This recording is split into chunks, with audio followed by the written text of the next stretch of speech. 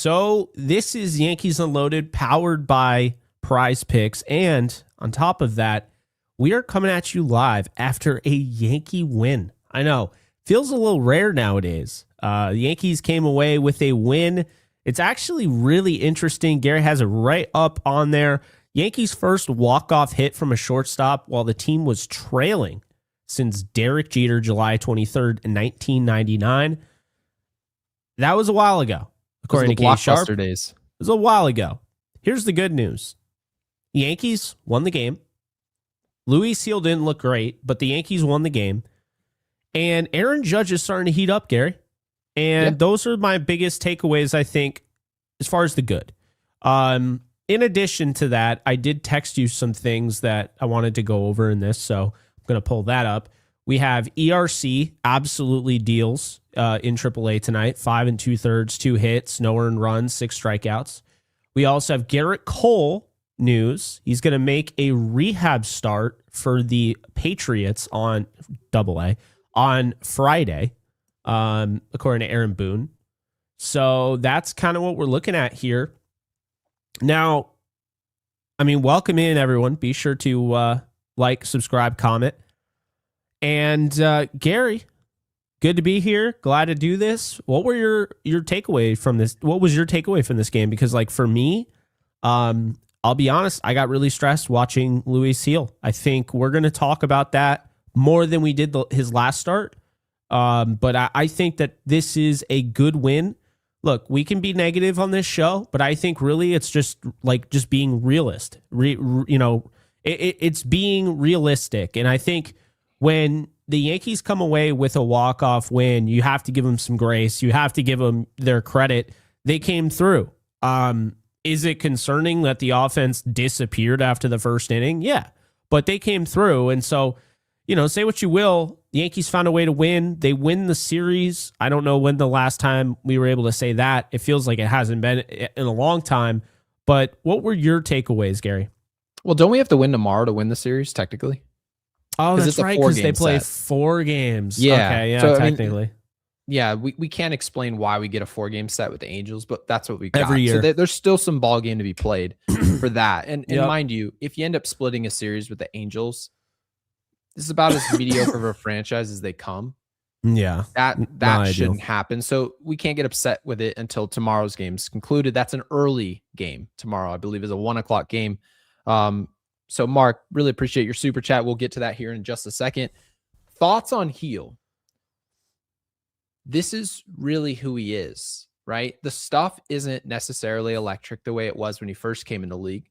His strikeout to inning ratio is far below what the Yankees are really after, right? Part of the reason why Will Warren's on this team, obviously some of the sexier pickups in a rotation, those guys also are striking out about a batter an inning. And that's what the Yankees tend to be looking at. Cruz is a little bit higher clip than that. And it just so happens a lot of the players are of that nature where they're looking for more than a strikeout an inning. Really the one exception to that rule, Jake, is Tim Hill. And he actually had some work today. I wanted to give at least some props to our bullpen today. They did their job. And of course, Bednar gave up some hard contact at the beginning of his outing, but we had some great defense. Caballero's play, you saw Jazz's flash some leather earlier in the game. Our defense was really good today. So I wanted to give our defense credit and, of course, our bullpen, because Luis Gil just flat out wasn't very good, and he didn't pick his spots, in my opinion, that well. There wasn't any reason for Mike Trout to beat you today. If there's anyone that's going to beat you in this lineup, make it be somebody else. And for you to give up a fastball served right down the middle over the heart of the plate, Mike Trout's been in this business a long time. He's going to be in the Baseball Hall of Fame. And he's not going to hit 600, 700 home runs really only for the sake of injuries. If this player was healthy, that's the type of asset the Angels had. That's why, Jake, he was given $426.5 million, was because of what he does with those pitches. Inexcusable mistakes on Luis Gil's part. This is not a rookie. This is a guy who's now has some years in his tenure, mistakes that shouldn't happen. And that's kind of how we're going to kick the ball off of maybe some prospects in our system, and we'll get to that a little bit later, of guys like an ERC that we can possibly justify taking a flyer on, seeing what they can do here at the beginning of the season while Garrett Cole rehabs. But as far as the game, I'm really happy we won the game. Ultimately, I wanted to win the game. I'm not rooting for this team to lose because ultimately I know if we lose this game, they're not going to make any changes that we all want to see anyway. So I might as well root for them to win. Now, having said that, winning a game where Peraza have no idea what he was doing, he lets the ball drop. I'm not sure whether or not to give Jazz credit or not for hustling. He, of course, didn't get to second base. However, Jazz did get a good read off of first base, steals second, right? We get a walk after that. And now with runners moving, we get a knock from Caballero, absolutely clutch, the second time that's happened this year, and we win the game. And of course, Katie Sharp provided, that stat for us. Amazing stuff.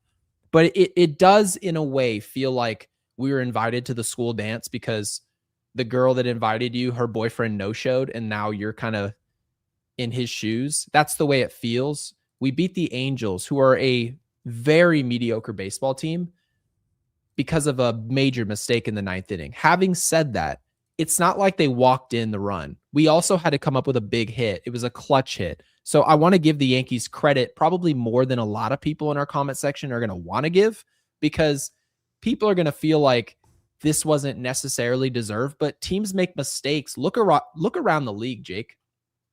It's not a good league.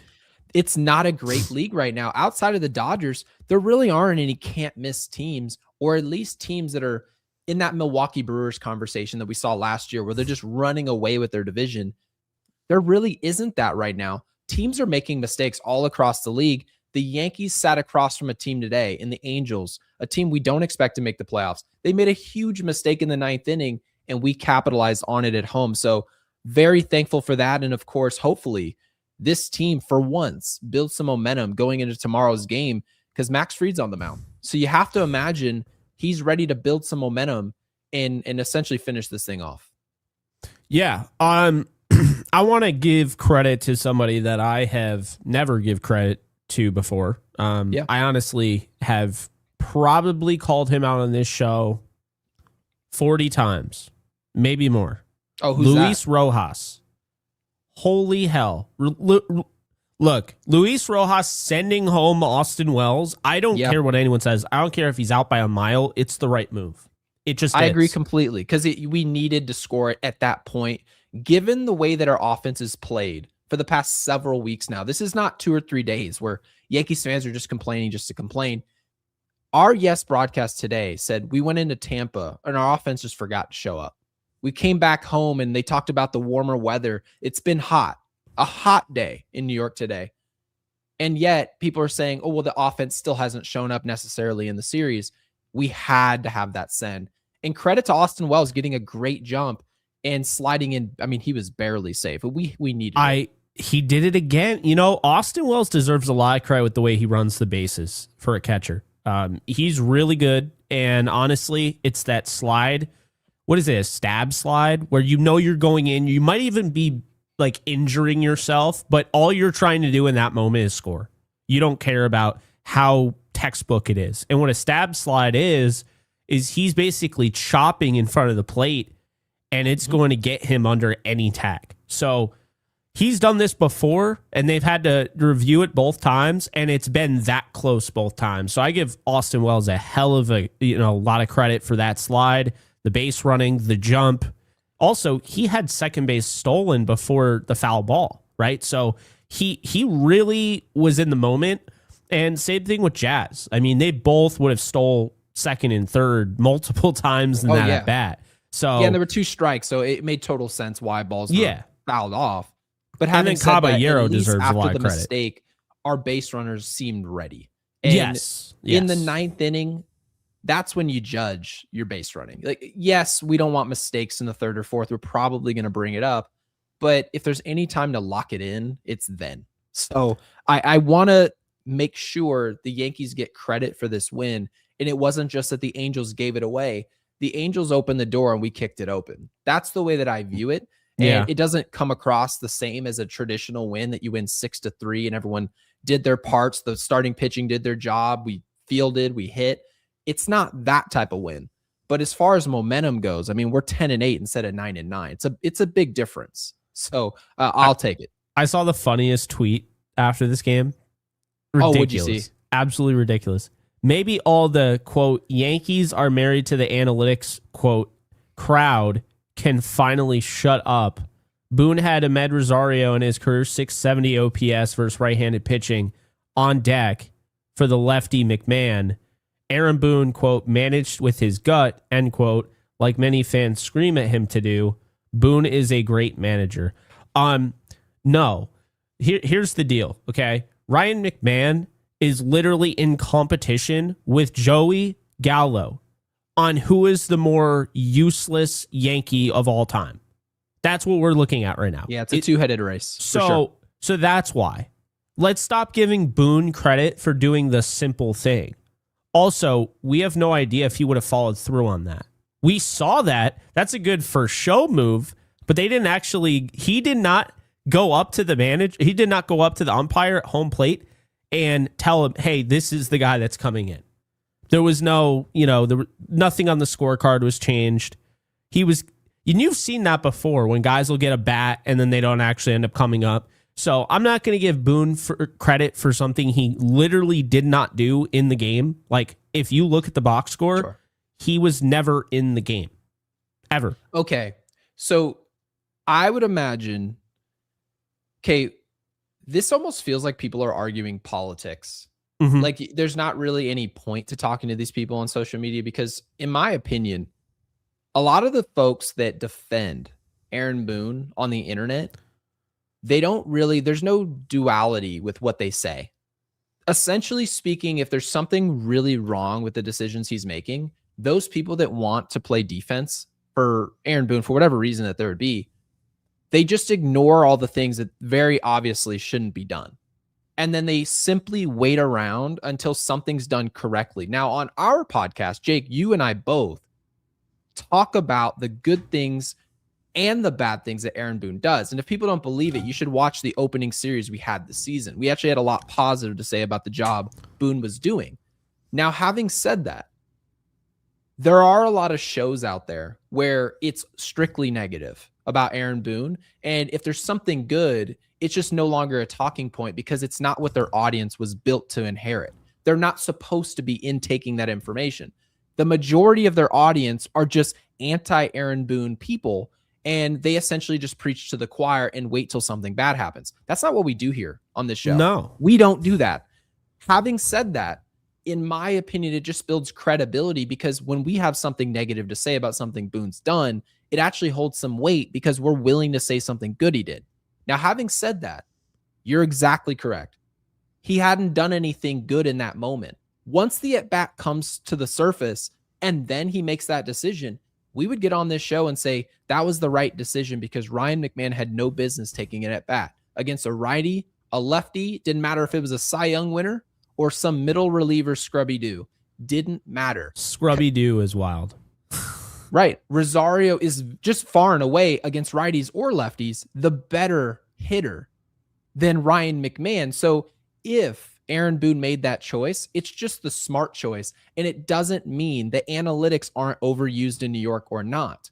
Overall, you need to look at the total body of work. How do the Yankees build their lineups? Who plays?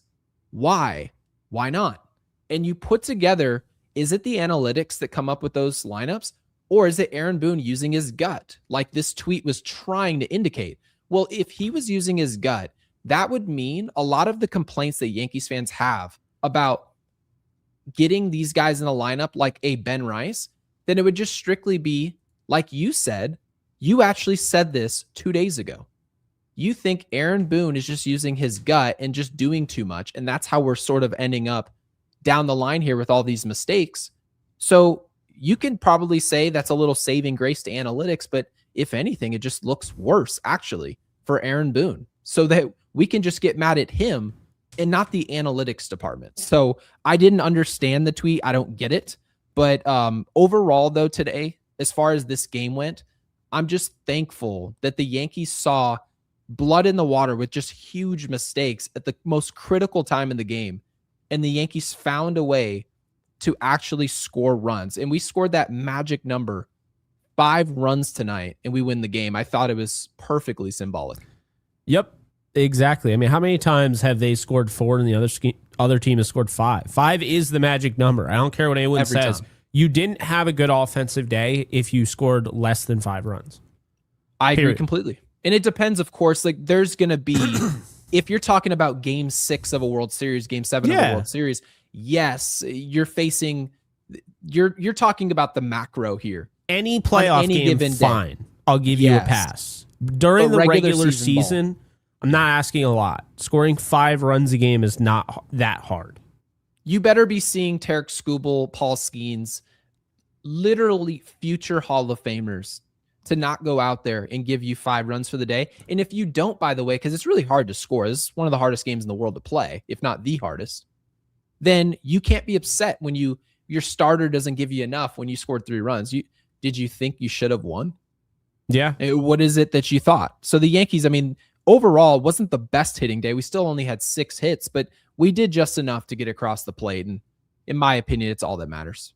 Yeah, and I thought Ben Rice, his at-bat still looked fine. I see in the comment section Boone cooled him off. I don't think so. I mean, I think he's still swinging, he's swinging the bat well, and it's coming off the bat hard.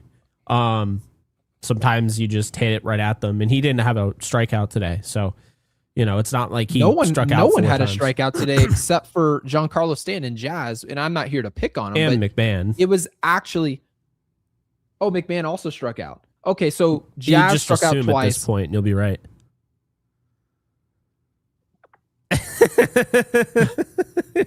You know what's funny? I didn't even see him down there because I looked at it and I was like, because he's 0, way down 0, there. 0, 0, which I'm giving credit to the Yankees offense today. They were, first of all, we struck out 6 times and walked 5. Yeah. You get 0 strikeouts, 0, 0, 0, 0, 3 from Giancarlo.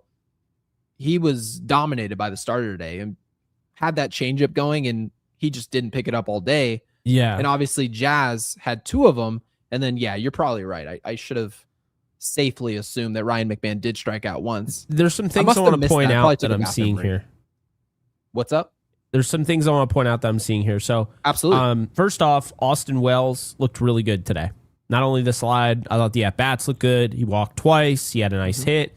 Big thing for him is anytime he walks, we should give him credit because he doesn't do that very often. So 2 walks in a game, we'll take it. Ryan McMahon batting 9th. Like, they're starting to do that. Caballero has been batting 9th. I feel like this is kind of them sending a message. Like, you haven't done enough. And then on top of that, the Rosario stuff, right? So it is kind of letting us know. But you know what really stood out to me? Trent Grisham is getting pinch hit. And he was not getting pinch hit for last year. He was in the full game last year. If he played the entire time. This pinch hit early on in the season tells me also that they're not loving what they're getting from Trent Grisham either. Do you feel like, considering the fact that Grisham is coming into these games and they're going down the line, you're talking about the 6th, the 5th, the 6th, the 7th inning, and they're looking down their bench and saying, we actually like some of these options better off the bench. Yeah. Is it possible that, at least in the eyes of Aaron Boone, because according to what he's saying, he uses his gut. Okay, I'm going to listen to what it is you're saying. Not that I have to believe you, but you're now forcing me to follow that logic.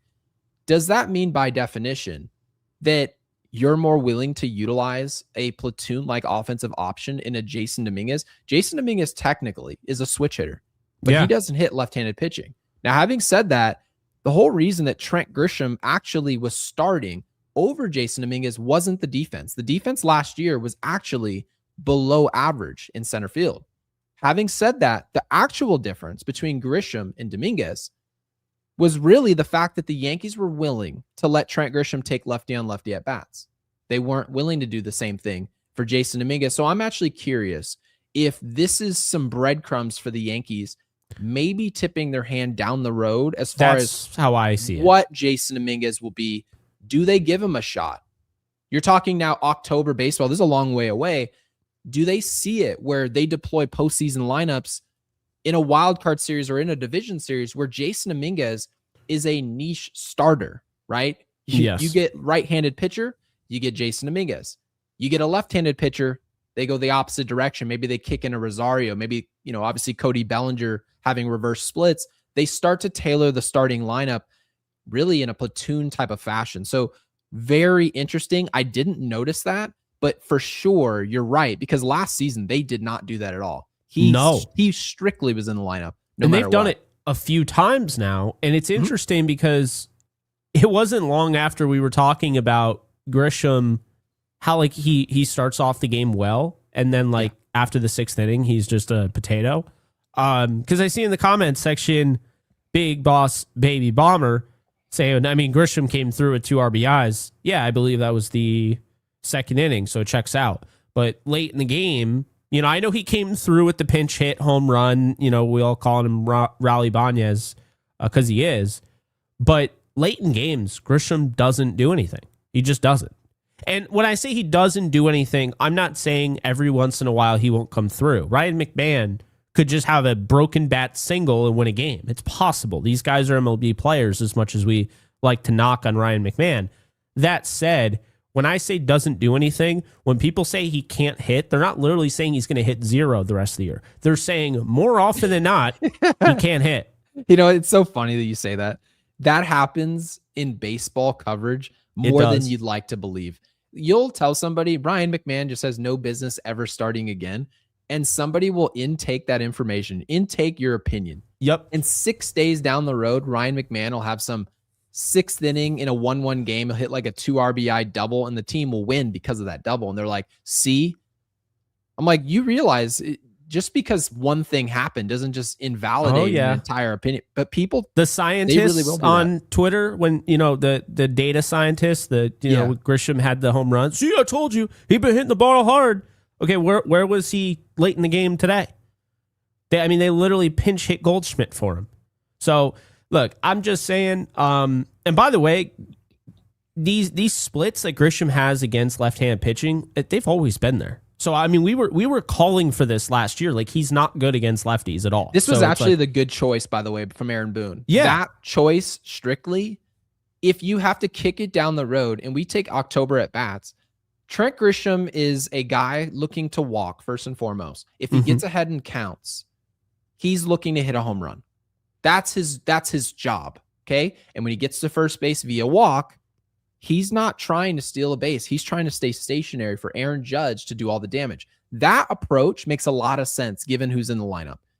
But having said that, later in a game, when someone goes to a left-hander, in a game where they're essentially going, hey, it's Grisham, it's Bellinger, it's Judge, and they're looking to get those first 2 outs, I'm looking at Paul Goldschmidt coming off the bench. That's a much better at bat than potentially using Paul Goldschmidt with Ben Rice. I'd rather have Ben Rice lefty on lefty in the postseason game. I would rather have Trent Grisham or Jason Dominguez come out of the game against a lefty in favor of a Paul Goldschmidt, because of what he does well. I think it just makes more sense, obviously. So, yeah, I thought overall that decision today was smart from Aaron Boone. We probably don't talk about it quite as much if we don't win today. So, obviously, as you know, winning cures all. And Mark, really appreciate the 5. Thank you, Mark. We're gonna start getting to our supers. Really appreciate it. Yeah, thank you for the broccoli. We've got a lot of broccoli in here. So, Mark, really appreciate it. Since we capitalized on a missed pop-up, I don't know if it was loud in there or if it was just Peraza being Peraza, but it seemed like just Peraza. And a great double steal after Jake did talk about that double steal. I thought the base running was excellent tonight. Yeah, it was. I just don't know, because I feel like we should beat the Angels easily. I mean, well, what can I tell you, right? If you're not scoring offensively, you're going to struggle to beat anyone. Right now, our offense can't really go. Guys, ask yourself this. Who would we have to see on the mound where you trust this Yankees offense to do its job to the point where, not to complain, but where they could come in and the starting pitcher doesn't have to be excellent? Like Luis Gil could do what he did today and it wouldn't be an issue. Well, the answer is that list's not very long. No. This Yankees offense is going to put us into situations where we can't really create margins the way that we'd like to. And ultimately, Jake, these teams are still big league ball clubs.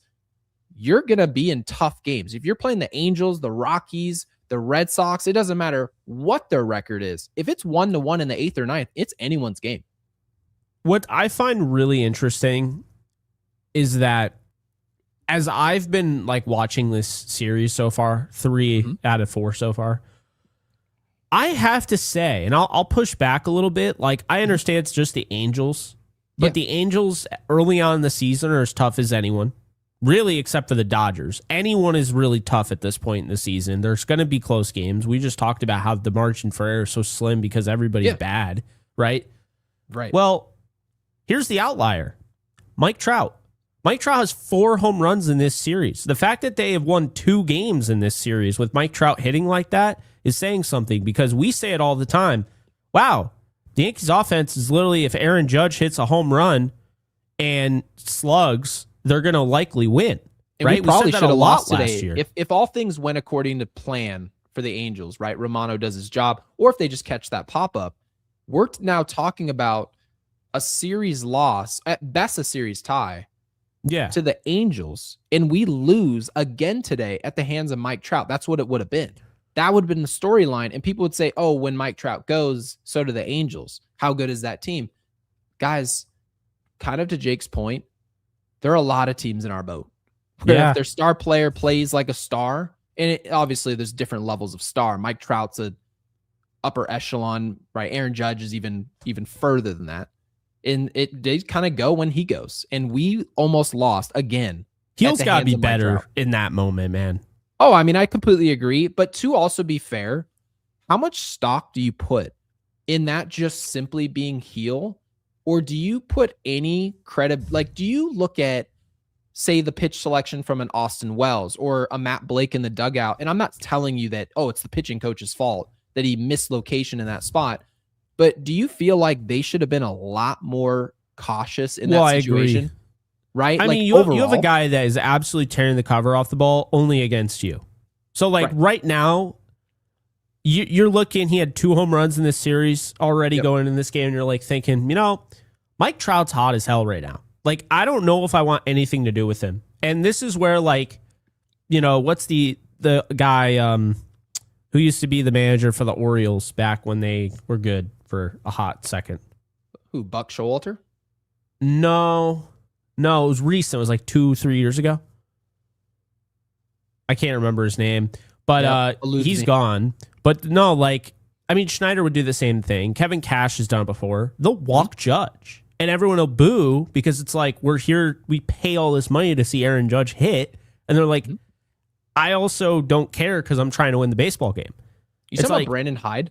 Yeah, Brandon Hyde used to do it a lot, and people would lose their mind. And I'm like, I don't love it. I'll be honest, I don't love it because it's like, it's entertainment at the end of the day, and Aaron Judge is putting butts in the seats. Even at Camden Yards, like, Orioles fans are like, I want to see Aaron Judge hit. So when you do it, I don't love it for that aspect. But, Gary, the manager has no reason to view the game from a business perspective. Oh, God, no. The manager, the entire point of a manager is literally to win. They're just trying to win. That's all they're trying to do. And if the best way to win is to walk Aaron Judge 4 times, to walk Mike Trout 4 times, yeah, you'll get boos, but guess what? The day will come back tomorrow, and no one will care. No one will think about it again. It'll never be talked about again. They might bring it up on, like, the broadcast, but aside from that, yeah, it doesn't. It's not like, you're going to be attacked by fans outside of the arena for doing that. Nothing happens of it. So if you were Austin Wells, like, let's just say you were in his position, and Mike Trout comes up to the plate, at that point of the game, we're winning. Yeah, I'm signaling the walk. Right. So essentially speaking, we're kind of admitting that the catcher has some responsibility, or the pseudo walk. Just keep it low and, like, totally away, like, right, which is just pitching around a guy. Okay, yeah, great. We see that's that with also Judge. The responsibility of Matt Blake. That's the responsibility of Austin Wells and Luis Gil. That's all of them together. Because keep in mind, guys, you don't just get warmed up and talk to no one, work with no one. Luis Gil, when he gets warm for the day, Matt Blake's walking out to the bullpen. Matt Blake is talking to him 3 hours, 4 hours before the game starts. Matt Blake is talking to him 45 minutes before first pitch, and having all these conversations of how we're attacking each hitter, where we're throwing in the zones, different quadrants. Are we pitching at all to this guy? And if Mike Trout comes up in a situation with runners on base and we're nursing a 1-run lead, do you actually think in a hitter's count, you're going to go heater And of course, Matt Blake didn't tell him to throw down the middle or not, obviously. Yeah. But the fact that you're even trying to throw a fastball in the zone in a hitter's count should tell you everything about a lack of game plan in that situation. So I don't want to just throw Luis Gil just under the bus and make it seem like it's no one else's problem. I actually think that was a team effort right there. No, I think that's absolutely fair. We're going to get into Luis Gil after the Supers, I would say. Because I think we could talk about it from not just the standpoint of tonight, but overall what's best for Luis Gil moving forward and what's best for the New York Yankees. That doesn't have to mean a parting of the ways. I mean, it's way early on, unless you could get a really good player, you know. But of course, I do think we should talk about that after the Supers. Real quick before we move on to this from Scott Ross, I want to bring up one thing. When it comes to, you know, pitching around, Aaron Judge literally strikes out in those scenarios. And that's why I think you really should do that. It's like, I'm not even a huge fan of intentionally walking because you can get a player, especially when they're hot, they're just seeing the ball so well. I mean, Mike Trout going into that bat has 3 home runs in this series. Mike Trout knows. He's like, I'm dominant right now. I'm feeling myself. He's going to expand the zone. He is. And that's an opportunity to do the whole, I'm going to pitch around you, and then end up striking you out, you know? And I think that's kind of the missed opportunity there. And then throwing it right down the plate. I mean, there were a few of those where I just think Gil missed his location. I didn't agree with some of the game plan today. It seemed like they really just wanted to go after, you know, Adele and Moncada and Trout. And can you believe people still do that in today's game? There's there's 6 mediocre hitters, and you run like into 2 or 3 boppers, and you're like, you know what I'm gonna do? Up 1, and I really don't have swing and miss stuff. I strike out less than a hitter an inning. I also struggle with throwing strikes in general. I'm going to go after Mike Trout, the guy who's going to be in Cooperstown, New York. And it's like Hader going after Juan Soto. Like, was that a great at bat? Like just to watch on both sides? Yeah, it was baseball like porn, right? But here's the thing: is like the way he went after Juan Soto. That was ego, man. Like he just, because it's like, it's one thing to mix location up, have it go up and down, hitting the corners and stuff. And he's battling. That's different. But like, you had Hader in that first at bat against Juan Soto, like the first at bat that he had to win the game, the first game of the year. Right. And I'll never forget, he starts going high heat, and Soto's like, "Are you kidding me?" And he just like laces it the opposite way. And it's just like, that's what I'm talking about. To your point, most of the lineups outside of the, you know, Dodgers and maybe another few, they have like 5, 6, 7 hitters that are just awful or not good. Like not guys you very clearly would never introduce the concept of pitching around them. Like if you looked at the Yankees lineup, we spent over $300 million. You would never talk about pinching around Grisham, right? No. Stanton, you would, right? If he's red hot in a series, you would. Yeah. Right? Goldschmidt, you wouldn't. No. You still wouldn't do it for Ben Rice because it hasn't been long enough for you to consider it. Nope. Right? Bellinger, no. Jazz, no. Wells, no. Caballero, no. And McMahon, you're a fool if you even consider it. Yeah. So Grichuk, that should tell you everything you need to know. There's plenty of real estate to pick your battles. You don't have to pick it against Aaron Judge ever. Now, we're not rooting for them to walk him the entire season. No. But you can actually make a case that if you just never pitched Aaron Judge ever against the Yankees, it probably will work. And the same concept goes for Luis Gil's game plan today against Mike Trout. Hopefully the Yankees learn from this. I don't want to say if they will or not learn from it, because overall, Matt Blake, in my opinion, has done a pretty nice job with our staff over the years. So you have to imagine they will sort of learn on the fly, but we're letting the 2 and 3 hitters beat us far too often of late. So I hope that they make that adjustment, and I have to hope that they will. You can't have like I'm sorry, when Frazier hits that home run, I'm like, I roll my eyes. I'm like, are you freaking kidding me? Adam Frazier, he's 34. He's hitting 9th. He's a jag, and you're just letting him just launch a no-doubter off you. Are you freaking kidding me? I just no. I can't stand that shit. That Palacios. Did you put McMahon on the screen here with Scott Ross? Did you put that up for a reason? Well, I was just moving on to the next super, but I mean, yeah, McMahon is absolutely a glaring problem because you know what the biggest problems are? The What's ones that? where you know the solution, and yet the person who's supposed to literally figure this out also knows the solution and just doesn't put the solution in place. What solution? Because your solution a few days ago, you did talk about Rosario, right? It's literally Rosario. And you want to see that every day. And when Anthony Volpe is healthy, because we know that he's currently on rehab assignment, what do you think the full deployment looks like? Because obviously that's not, I wasn't anticipating you to say that, oh, Ryan McMahon's still in the fold, like now suddenly. No. But would you just deploy a Rosario, right, Caballero, Chisholm, Rice infield, and then every once in a while against lefties, you deploy Anthony Volpe? Because that's probably what I see. I see Caballero still as their starting shortstop. I think But against lefties, Volpe I'd is going to probably be throw their starting shortstop. I do. Against righties and lefties? Yeah. I think Caballero will get in there here and there. What they'll probably use Caballero for is now he'll take over the Randall Grichuk stuff in the outfield. Okay. So like when they want to do that, because Grichuk is getting DFA'd. I'm here to tell you right now, they're not. No, I mean it's. I mean I'm not kidding. JC Escara is not getting sent down because who's going to be the backup catcher? We literally heard from Boone himself he is not comfortable catching Benny yet. Like, what does that mean? Funny? I actually, so here's the thing. I don't agree that he can't catch, but I'm actually happy that it's going this way. Because do you remember what I said this offseason about Ben Rice catching? It'll run him into the ground. I said, I don't want him to catch at all.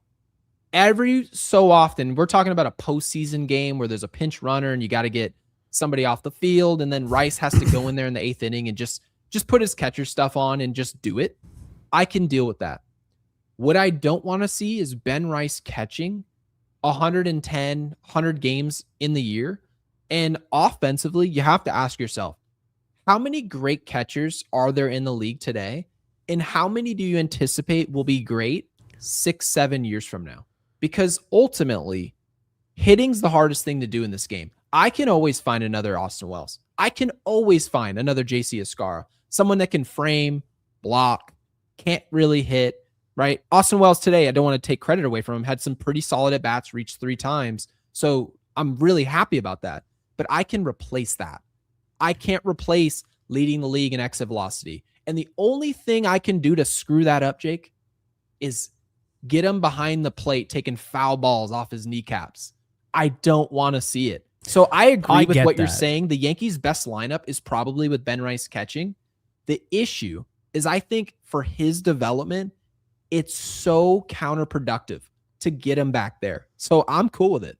I get what you're saying, and honestly, I'm encouraged by what I've seen from Wells. I know I really was like getting annoyed, but I mean, really, the on-base percentage is at 333. He's walking, which he never does.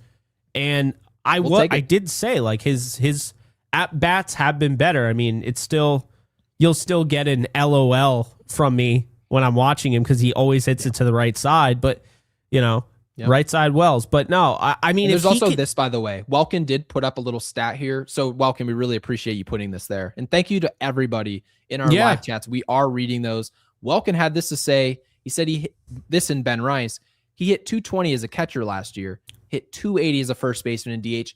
It's overall just way more comfortable for an Albert Pujols to go hit at first base, play catch with the infielders, right? Move to your left and right. I got it. I'll jog over, touch first base, maybe flip it a few times to the pitcher.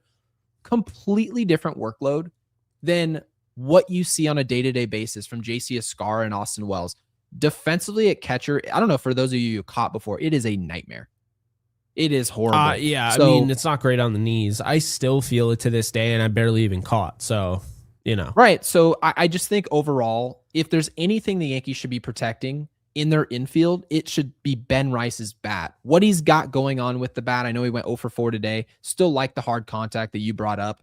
He wasn't cold. If you actually watch those at-bats, it was a lot of hard contact. That's what he is. Do you see what I'm saying, though? Like, you can't just call up Anthony Volpe and get a waiver because we have the 26-man roster, and during the season, you can't just send down a bullpen guy, which would be stupid anyway. You literally have to send down or DFA a hitter. And I'll go through it right now. We got Grisham 1, Goldschmidt 2, Grichuk 3, Rice 4, Judge 5, Bellinger 6, Stanton 7, Chisholm 8, Wells 9, Caballero 10, McMahon 11. he's gonna be Jism. Damn it! It's from the jizzle the other day when I hate you so much. So there's 2 more, and it's who did I not say? Rosario and JC Escarra. Clear as day. It's clear as day. Unless they're planning on deploying JC Escarra, like deploying Ben Rice as a catcher, which you just said that they don't. It is clearly Randall Grichuk that's going to be DFA'd. Clearly. Yeah. And I guess You're what right. they could do, theoretically what they could do, and I don't know why you're like trying to move mountains to keep Randall Grichuk on the roster. They could. Wait, what else? They could just set his scar down and be like, well, he has an option. No, that's what I'm saying. They it's literally one of those 2, but like that know. doesn't make any sense because they already told us that they don't believe in Ben Rice. No, because technically at Rosario can take outfield reps as well late in games. Like there are multiple guys. He and Cabby. So there's Yes, a they have lot 2 of of them. versatility. It's actually why it's like Anthony Volpe doesn't really make any sense to this team. Like, you know what I mean? Like he doesn't fit at all. Nope. And then on top of that, so now you bring up Anthony Volpe, you send down Grichuk. How does Jason Dominguez get here? Do you send down Escarra and just have Wells play every day? No, there's actually an even bigger dilemma than that. Do you remember how earlier someone said the biggest problem for the Yankees, far and away the number 1 issue that they have, is what's going on with Ryan McMahon at third base? Yes. Now, in theory, if Anthony Volpe shows back up to the big leagues, they're putting him in as a starter. But Jose Caballero and what he did in the Tampa series and in the end of the Tampa series, what he did in this Angel series, playing way too good a baseball to just simply phase him out entirely. So what are they going to say? Oh, we're going to get in what? Caballero, Volpe's your starting shortstop. Now Caballero is going to be shifting over to third base. And so if he shifts over to third base, Rosario's at bats completely disappear. All these guys, remember all the spot starts you see against left-handed pitching? They're all going to disappear because of what's happening with Anthony Volpe in shoving him into this lineup as a starter. That's a mistake in my opinion. Keep in mind what I said. I said Anthony Volpe's a good enough glove to start against left-handed pitching. He's a platoon bat, and the numbers are undeniable. Against lefties, he hits for power, he hits for contact, he hits the ball hard. And ultimately, when he's hitting, he also fields better. It's just all contagious. But when he's facing right-handed pitching, not only is he not serviceable, he's not a big leaguer. So in those situations, you should be using Jose Caballero, which means by definition, Jake, Jose Caballero would start more often than Anthony Volpe would. And I see a solution there. Hopefully they do that, but I doubt it. So we're just in a, I feel like we're just in a dream that never ends when it comes to how we deploy these players. But the way that Brian Cashman described it, he said, that's my starting shortstop. That means by definition, that guy plays more than the other guy, doesn't it? Did you see, by the way, Anthony Volpe said that's news to me, and he just wants to help his team however he can. He wasn't like, I thought it was a good response. I did notice that. I thought overall that it was the correct response because he doesn't feel like he's earned anything. That was the right decision to say that. And it's regardless of what if you're heard, mad, like imagine how I feel. You know what I mean? Like, so I think that I'm rooting for Volpe to figure it out. I'm not rooting against him. Like at this point, I hate even admitting this. I honestly root against McMahon. Like I want him to come through for the Yankees, but I want him to be so bad at the same time that they just have to move on from him. Because I think I understand what I'm saying when I say that. I have nothing against the guy personally, but he's such a problem that I don't want the Yankees to be like, if he's just good enough to like get by their baseline of like what is expected, and it's just like it's enough, then that means it's not good enough. Because if the Yankees think it's good enough, then go down that by like half. And then that's essentially... So if the Yankees get a 200 hitter with elite defense, Ryan McMahon's doing what the Yankees were hoping he would do. Exactly, which is And insane. if he does much worse than that, like to the point where Michael Kay has to put both he and Joey Gallo in the same sentence, suddenly it turns into, this is so bad, we're forced to come up with a solution. And you can argue any player on the whole roster playing third base is actually a better choice. Paul Goldschmidt, I bet you, would be a better starting third baseman for the Yankees right now. I bet you. He wouldn't be very good defensively, the lateral movement. I've been saying this because Paul Goldschmidt, didn't he play third base early on in his career? Obviously, he was a little bit better of an athlete. He played first base, and he was drafted. No. I know he played first base, but I think he also played some third base. Oh, you're saying in the minor leagues? I'm curious. I'm gonna look it up because I was also gonna look up ground balls there for fun, just for the hell of it. Yeah, no. I thought like he actually played some third. Let's see. No, I remember he played DH in center field. He played in center field one game. So yeah, he was a first baseman all the way through. It's interesting because first basemen tend to be the guys that can also play third as well. But third basemen it's also don't dependent normally on the play stage first. of their career that you're at. Yeah, of course, because you can have a similar body style, right? Like you can be a Manny Machado build, and Manny Machado very clearly, I believe he's 6'4". He could play first base, right? It kind of goes hand in hand. You mentioned Caballero playing third, right? That's right. I wanted to see, because he's played third before, but I wanted to see what his... Okay. Can I ask you a question? So total field, yes. Against lefties, would you consider starting Anthony Volpe at third base? Yes. So would I. Yep. I wouldn't over Rosario, but I'd consider starting him. I would probably throw... Right. I would probably agree with you. I would literally DFA McMahon tomorrow. Here's my issue with this. Yeah, okay? he's useless. Yep. My issue with this is we've already seen this movie and we don't want to see it again. And it's honestly embarrassing that, this brain trust is falling for this. You literally have just third base Joey Gallo. It's Joey. But here's the problem with that. At least Joey Gallo had like power. So like if he did somehow get through and he made contact, it's going over the wall. Like McMahon offers nothing. He grounds into double plays. Doesn't actually have he's not hitting the square button. No. It's not. He looks like he is. He's huge. But I don't understand how he's built like that and he has no power. And he's just a lemon. I don't know. He has mechanical issues. It is really the problem. Yeah, but you're also in your 30s. No it's just, there's no excuse.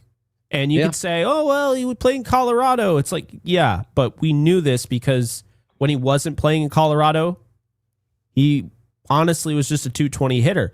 It's like, it's actually kind of funny because I think Goldschmidt last year had a much better batting average on the road. He's actually not great in New York. I don't know if you knew that. I didn't know that. No. Yeah, which is actually surprising just for the fact that he typically uses opposite field. He's actually the prototypical Yankee that they were signing this past really 7-8 years, where it's the Luke Voit, right? Gleyber Torres. A lot of those guys want to use right field and they'd flip some homers to the short porch.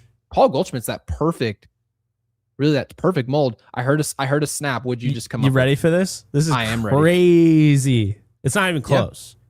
Paul Goldschmidt on the road for the New York Yankees last year, 322, 369 on base, 473 slugging, 842 OPS, right? Okay. Batting average balls in play was 368. At home, 221, 282 on base, 325 slugging, a 606 on base percentage. He should literally never be in the lineup at home. Should only play on the road. Oh, is that 606? That was his ops. Is that correct? Oh, yeah. 60. Did I say batting average? 606 yes. ops. Yeah. I just wanted to make sure that people got that correct. I mean, most people would have assumed. Same amount of games, by the way. Okay. 258 at bats on the road, 231 at home. He should never play at home. Ever. Why? That is interesting. I wonder, by the way, do you think managers consider home road splits when they make decisions off the bench? Because technically speaking, Paul Goldschmidt came into this game as a pinch hitter, and I agreed with the move. And not that it couldn't have worked. I mean, I feel like it would be reading too much into it to possibly not make a choice based on that. But my God, how many games, by the way, is that between home and road? Because you said it's around the same amount of sample size home road. So how many games are we looking at there? For Paul Goldschmidt? Yes. So we're looking at 57 games started at home and 58 on the road. Yeah, so you're essentially talking about 2/3 of the baseball season. Yeah. That's a pretty strong sample size. And I feel like we've seen enough sample size from Ryan McMahon to say that he stinks. So if we can say that about him, we can also suggest that Paul Goldschmidt's just he's just dynamite on the road. And he also was great for us in that Seattle series. He hit the biggest home run of the series. Yeah. I was on the road. So I think don't know what to say. I think the biggest thing right now is that you have an above average hitter coming off the bench in Paul Goldschmidt. Yes. Arguably an elite high leverage hitter and an elite road hitter. Correct. So you can work with that. That's why the Paul Goldschmidt signing, you and I had our reservations because of Ben Rice and the usage. Correct. But we always liked Paul Goldschmidt. We were always actually sitting here saying, wow, it's too bad they didn't get him earlier in his career because he's a perfect fit. Yeah. But that said, they have him now, and he's still a really good player. And I understand the numbers don't look amazing. I mean, he's hitting 188. He's also barely getting at bats. I mean, we saw the other night when he should have gotten at bat, still didn't. But yeah, Gary, we'll get back into the supers here, but just I cannot make myself more clear. Ryan McMahon has no roster spot. Randall Grichuk has no roster spot. It actually makes no sense to move on with them. Just bite the bullet, eat the money. You did it with DJ LeMahieu when he was hitting well. When he actually had started to figure it out after all those injuries, you let him go through all that rehab. He finally gets back. He finally has success. He's hitting in the 260s. And then you're like, well, he can't play defense, so he's gone. Not on the bench. Gone. Like they DFA'd him outright. So and he made more money than Ryan McMahon does. So and he means more to the Yankee fan base than Ryan McMahon does. He literally did all of the, like you talk about all the time, 2020. I mean, he was a arguable MVP candidate at one point for this same organization. And Ryan McMahon's only crowning achievement is that he hit pretty good in 7 games in the postseason last year for the Yankees. That's it. We were there for 50. It's really difficult for me to say who played well and who didn't in the postseason. We were there for 15 minutes, man. Yeah, we were barely there. We weren't competitive in the division series, so we barely were there. The Simpsons meme, Scott Ross going at the house. Yeah, like we didn't really going in the house. We did because what happened in a long series with Boston. It felt like we were a postseason team. We weren't. Scott Ross, thank you for the 5. Really appreciate it. Says, I'm old enough to remember when Cash wouldn't trade Heel. Oh my God, Jake. Do I remember this? I was on Twitter the second I saw that report. Smartest guy in the room, obviously, jokingly saying about Brian Cashman, right up there with not trading Andujar for Cole. Remember, though, what I said about this? I don't think it was ever straight up. I think that Heel was part of a bigger package, and I just don't like so. Which is still terrible. I agree with what you're saying, but at the same time, I think the Yankees they didn't feel like the way this was reported. I think it was kind of damaging to the Yankees in a sense, like because if you just come out and you're like, not saying Scott is doing this. I saw this all over like Twitter. Yeah, we saw it plenty of places. It was like, oh, the Yankees wouldn't trade Heel for Kyle Tucker, and it's like. You're making it sound like, and when you do that, you're making it sound like it's Heel for Tucker. It was no, but to be fair to Scott here, yeah, the fact that the Yankees weren't willing to even put Luis Gil in the package, oh no, he's untouchable. So if it requires Luis Gil to get this started, we're not playing in that territory. That's what the Yankees did. No, I know that's still different, terrible, but it's how it was reported. They made it sound like they just turned down. No, but I think most of us know. I think most of us know it wasn't just strictly Heel for Tucker. But having said that, it's really hardly better. Like the fact, like if somebody told you Clint Frazier had to be in the deal to get Garrett Cole over to the Yankees in 2017. He has to be a part of the deal. And the Yankees were like, no, we're willing to make a big trade, but Frazier can't be in there. We would all laugh at it. It's all ridiculous. There's not really, unless you're talking about a blue chip player, and blue chip means this. This is upper echelon Major League Baseball player. Do you see what we see in Cam Schlittler? Do you see Cam Schlittler, right? Cam Schlittler is entering into blue chip territory where he's almost untradeable. That doesn't mean he's just having a really good season and he seems like a really good Major League Baseball player. That's not what that means. That means he actually has a great chance, probably higher chance than not, to be the ace of this organization in the near future and in the long term. That's an untradeable player. The Yankees have treated like a George Lombard Jr., for example, as well as he's playing, not a blue chip. He can be traded for a superstar, right? Jason Dominguez, Spencer Jones, not blue chip talent. They could be really good players at the big league level, no doubt about it. And I believe that they will be. They're not blue chips. They're not. So this, yes, Scott, to your point, the fact that the Yankees were like, nah, Luis Gil. And now if you look at where we are, Jake, because this conversation that we wanted to have about Gil today was actually more of a positive show because we wanted to discuss what type of opportunities Luis Gil's poor performance could have for the organization. A lot of the talent that we have waiting in the wings, right? In ERC pitched well today.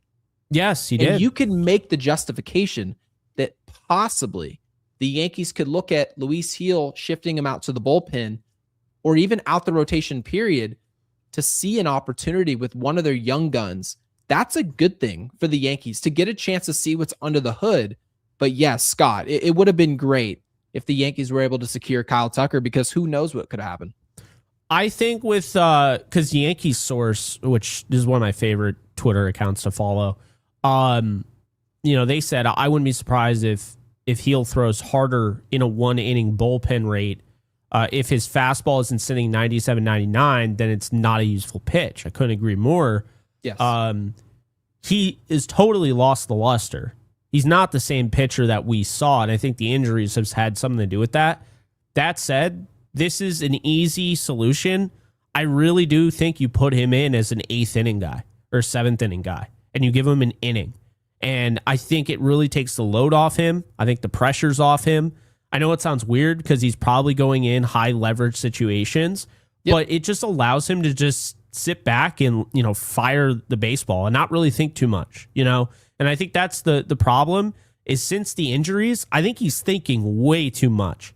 And I am very scared though when you mention the fact that he's not really a strike thrower. I am afraid. But he's not really a strike thrower. Why? He can throw strikes with his fastball.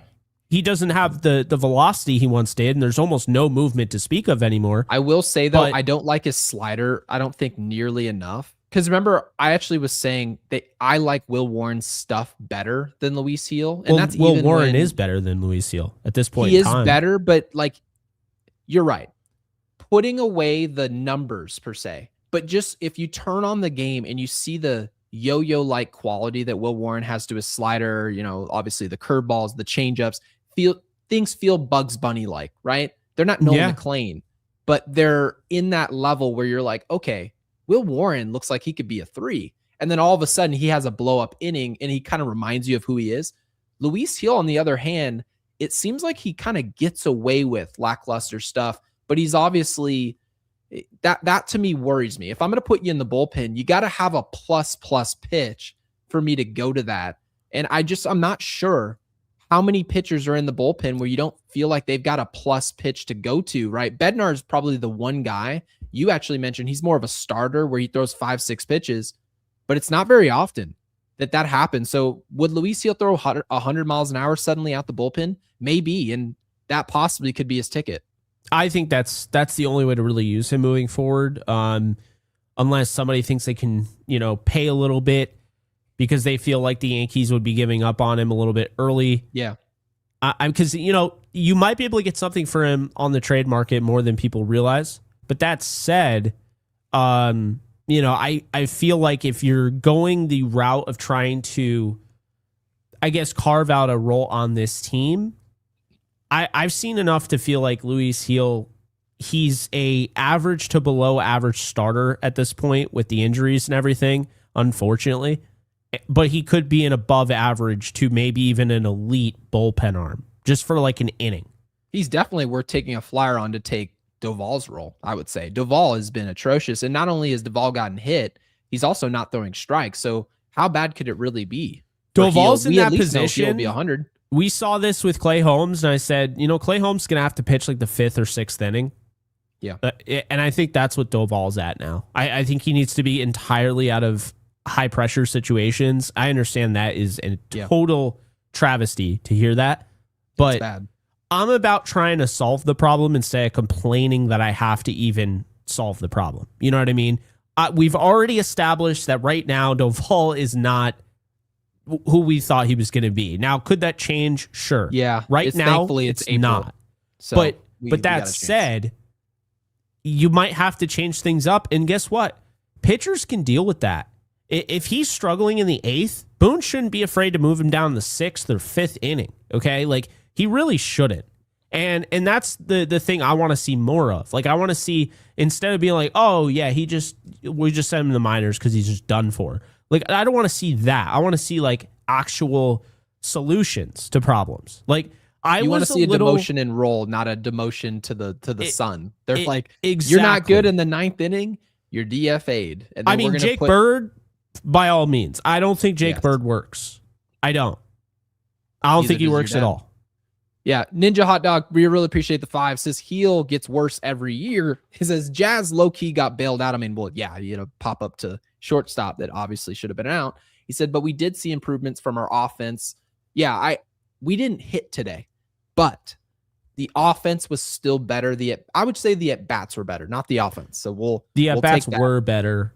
It's interesting, though. The other day we were just talking about how, like, on one hand, Judge was saying we're swinging at everything. On the other, Boone's saying we're being too selective. I'm like, okay. Here's my thing. When I watch them, my biggest issue, like when I watched them yesterday, per se, is that they don't have a plan. They're like an NFL pass rusher that's just like, I don't know, I guess I'm just going to try and run by you. Like they don't actually have a move, a go-to move.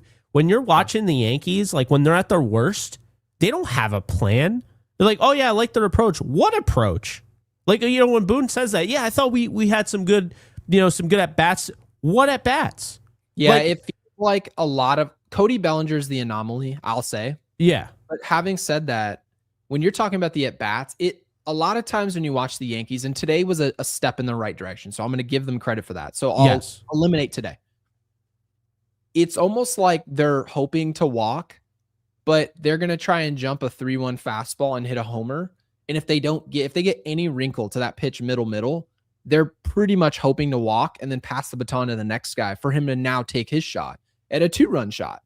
And if you walk him, it could be a 3-run home run. Like, it seems like we're not really stringing together innings. We're more so just looking for that trade-off. And that's not really baseball, in my opinion. I feel like that's something else. Not sure how to describe it. It's not horrible because it can be effective at times, but yeah, it's not great. And to finish Ninja's super chat here, he said, not sold yet, obviously talking about the offense, but good stuff. Yeah, it was definitely improved. He says, fire Baboon. Ninja, thank you for the 5. Really appreciate it. And before we get to our next super, Jake, I think we should get to our picks because we should, but we're around the hour mark. You and I were like, this is going to be an hour-long show. We're going to try and keep it shorter for you guys because we know we don't have. That's the first time I've ever gotten told that I look old. I've never been called old before. I'm always so like, Jack Wilson like here. Jack 13. Jack, we really appreciate it. Says, how old is this guy next to Gary? Looks about 57. I'll take it, man. I'm always called like, I'm always called super young. Like, oh yeah, he's got that baby face. So I'm like, I don't care. I know most people would probably want to hit you, but I think it's hilarious. How old do we look? By the way, drop that in the comment section. I think we look our age, to be honest with you. Jack, like, we appreciate it, man. Thank you. I mean, maybe thanks for being in here. I would say maybe I look like, the hairline, but maybe I would say I look probably like 25 to like 27. I think for you, We'll see what the chat's got to say about it. I'd say probably 27. Because you look older than me by a little bit. Yeah, and I'm 33 in November, so. Yeah. But I mean, we look like similar age. Jake looking like Jake Bird. All right, now I'm going to hit you. No, I'm kidding. Don't compare me to that, man. He looks like a bird. All right. Anyway. And guys, speaking yeah, of don't which, be mean to the guy. This also, even if he is a troll, technically this could be the highlight of their day. You never know. But yeah, let's get to our picks real quick. could also be a struggling podcaster. He could be a struggling podcaster. We get a lot of those on Twitter. Yeah, I've seen some of them in here, and they act like they dress up, but yeah, you know what they need though? They need some prize picks in their diet because They also need jobs. Yeah, yeah, but yeah. So a little bit better than last night. We finally got. Hey, we have one that we can make. It's Max Fried, strikeouts, outs, earned runs allowed, and walks. Gary, what are we doing here? I feel like walks is kind of dumb. I'm not going to be sitting there like, yeah, Fried, yeah, walk that batter. No, I'm not going to be doing that. Earned runs allowed. That seems super low, but let's. I'm thinking pitching outs or pitcher strikeouts. Well, Ariel Epstein continues to beat the drum that we should never take the over on strikeouts. So let's go ahead and take the over on strikeouts. Damn. Tomorrow afternoon. What was that? Oh, I think I'm able to do 4.5 here. I don't know where that came from. 4.5 Ks? Yeah. Yeah, I'm taking 4.5 Ks. Oh, look at that. It. Well, did you see that? Oh my God. No, let's go down there. Did you see that? No, I didn't see it. You can do 9.5. And what did we win? So it increases the odds by quite a bit. I would have to put something in there. So let's see, like, yeah, now you're winning $105 on a $10. I see. We're going to Disneyland. So. All right. So let's do 4.5.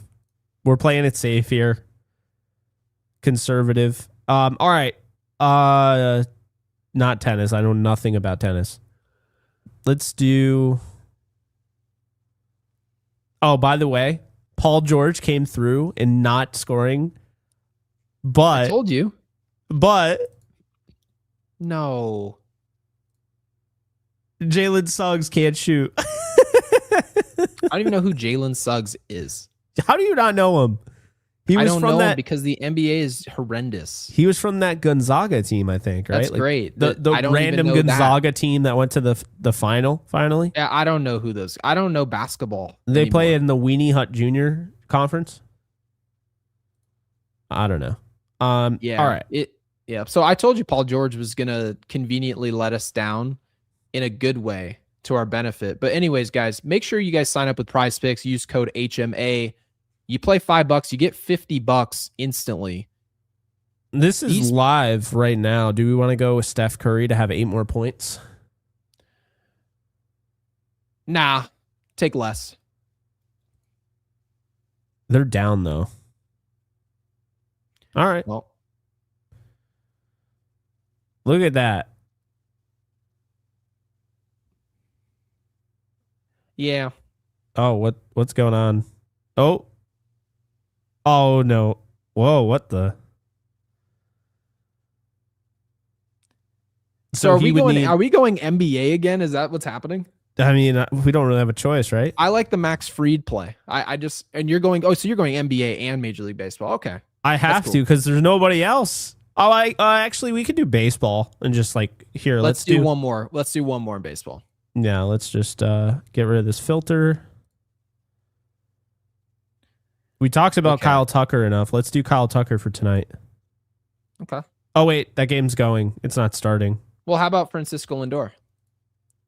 That game is literally in the process. Perfect. So, is there not? Okay, tomorrow. Any of these games? Actually, I'm just going to select them all. Okay. I'd go straight to the Mets and take the under. Take the under immediately on Lindor. He had his first homer, first RBI of the year. I'm looking for him. Do they even play tomorrow? There's a potential that they don't. They do not. Beautiful. So can we just stick with our free pick? Well, we got to add one more so we can make it like the full slip.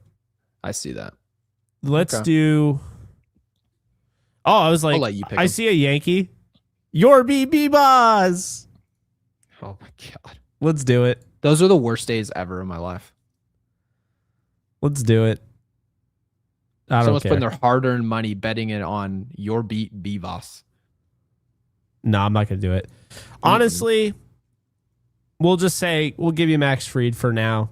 There's not anybody we like enough. We don't want you to just go in and B-Boss it. So check it out over on Prize Picks. Link is in the description below. Play $5, get $50 instantly in lineups. Available in 40 states. And use code HMA to get in on the action. And shout out to Ethan. Really appreciate the super who's also working out. Yeah, damn. Is he working out like currently? Like I tell you right now, a couple more sets, he's probably already ready to replace Ryan McMahon. yeah, I mean, We can just have him go knock it down over at third base. Ethan, he was probably thank you for 10 the 5, sets man. ago ready to replace That's Ryan very McMahon. true. So Ethan, thank you for the broccoli there. And Andy, appreciate the 5. Says good comeback win, but McMahon needs to sit and Rosario to play third. Jake, I feel like you super chatted our own show because that's exactly the point you've been making. You've said as much as that he's a starter. I think he's good enough to start right now. The Yankees need other options. And maybe that other option is that Rosario starts and you can kind of have a little platoon going on. The issue with that platoon, though, is that Rosario hits lefties. So I probably go with a platoon at shortstop where Volpe only plays against lefties or comes off the bench against lefties. So we'll see what Boone does. According to him, he uses his gut to manage this team. He also doesn't really use splits, unfortunately. So we'll see how that works out. Go Yankees 12-14. Really appreciate the 5. Thank you. And Pepe with the 2, who's taking a photo, I think with his iPhone. Want me to tell you something funny that you don't even know? That I know? Yeah. What is it? Ahmed Rosario is crushing righties and struggling against lefties this year. So it's the perfect platoon with Volpe at third base. So get this. 17 at-bats against righties, 13 against lefties. He's got a 353 batting average against righties, Okay. 1,100 OPS with a 368 on base, 765 slugging, a batting average of balls in play at 364, right? Okay. Then left-handed pitching, again, only 4 at-bats less, so that's not horrible. No, this is 231 sample size, batting average, 286 on base, 385 slugging, 670 OPS. Okay. So we have our options at third base, guys. Randall Grichuk should just be shipped off to Bangladesh. Mhm. The second Anthony Volpe's ready. You send Grichuk packing. You bring Volpe in. Volpe platoons with Rosario at third base. Yeah, McMahon. Caballero stays the starter at shortstop. Yeah, McMahon can go.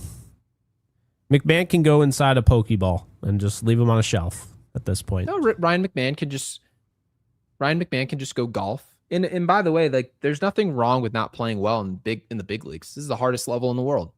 Like as good as the leagues are in Japan and there's leagues in Mexico, there's a ton of leagues. Australia. Bangladesh probably doesn't even want Grichuk. I mean, at this point, there's a lot of leagues out here, and everyone wants to play in this one league. It's tough. But having said that, there's not really any purpose for us putting Ryan McMahon out there other than trying to recoup some value off of money that is already technically now spent.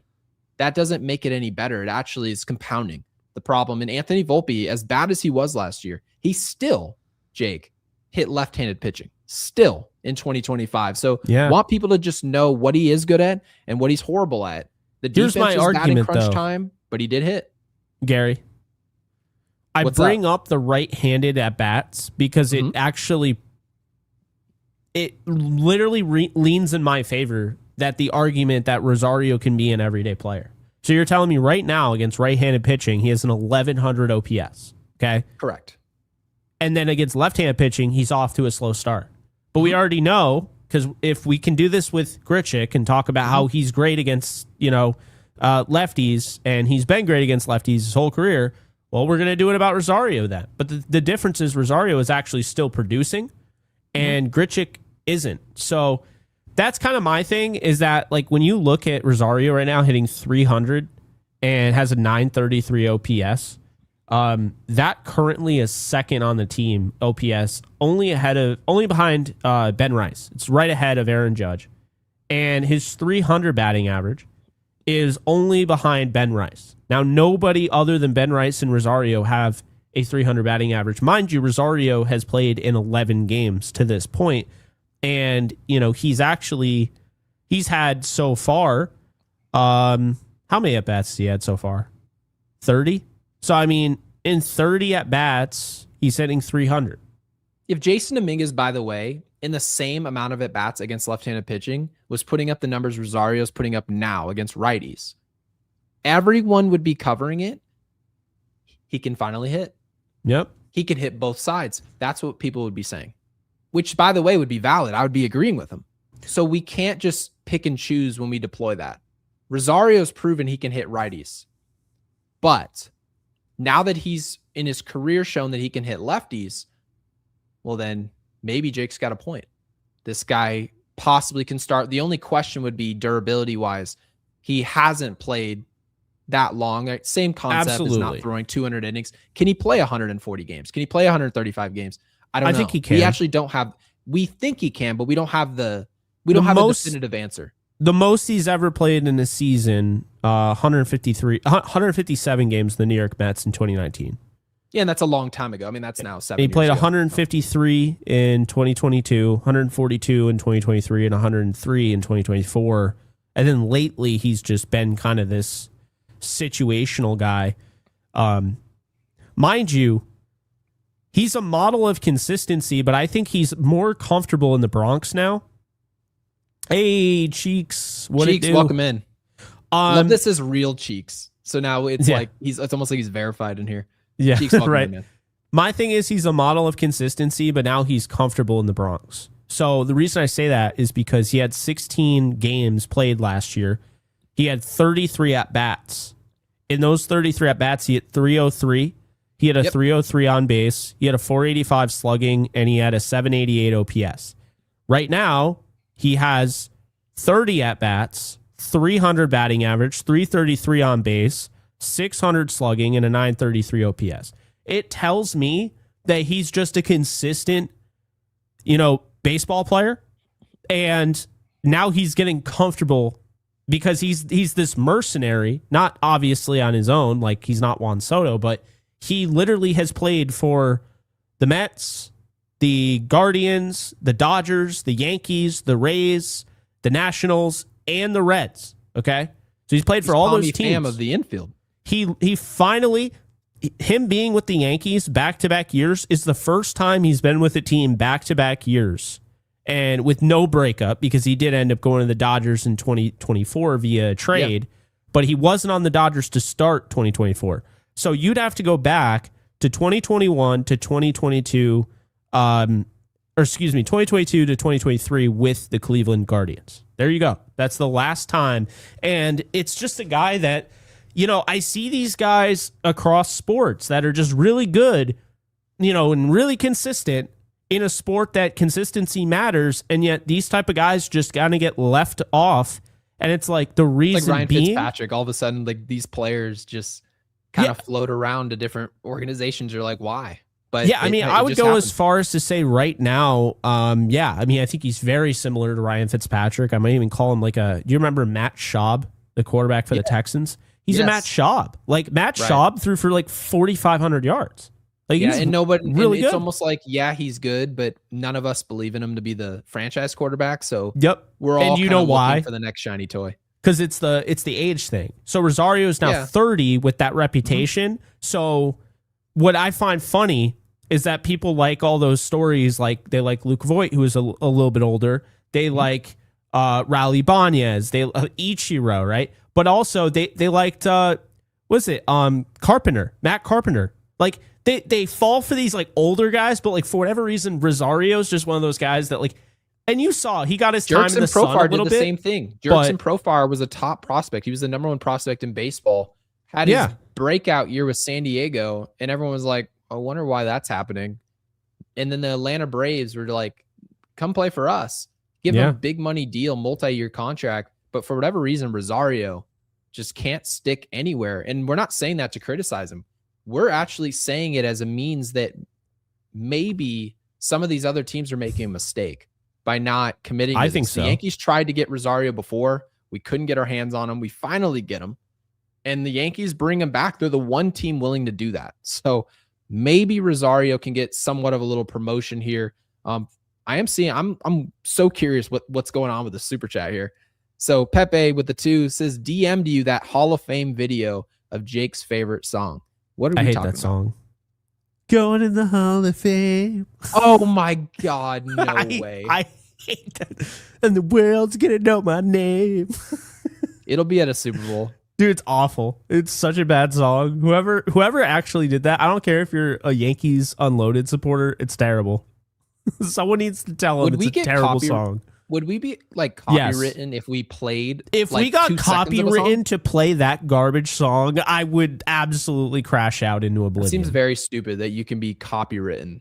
Playing 5 seconds of a song is completely ridiculous. Well, that's the problem. So YouTube doesn't go to bat for the small creator. They actually want to make it really wide open so anybody at any point could, drop a copyright claim.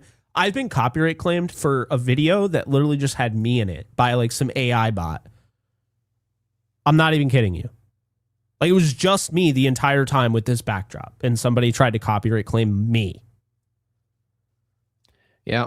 Yep. That's the I don't way know what it else is. It's obviously ridiculous. Go Yankees 12-14. Thank you for the 5. Really appreciate the support. Guys, we really appreciate all the super chats tonight, and obviously our live chat, because you guys are really in a game where Jake and I thought this show should definitely be an hour, and we're not going to go 2 hours tonight. We know we've got an early game tomorrow, but we do really appreciate you guys getting involved. Go Yankees. Thank you again for the 5. And Jersey Girl with the 2 says MVP Oswald Peraza. Love the energy of Cruz. Cruz never.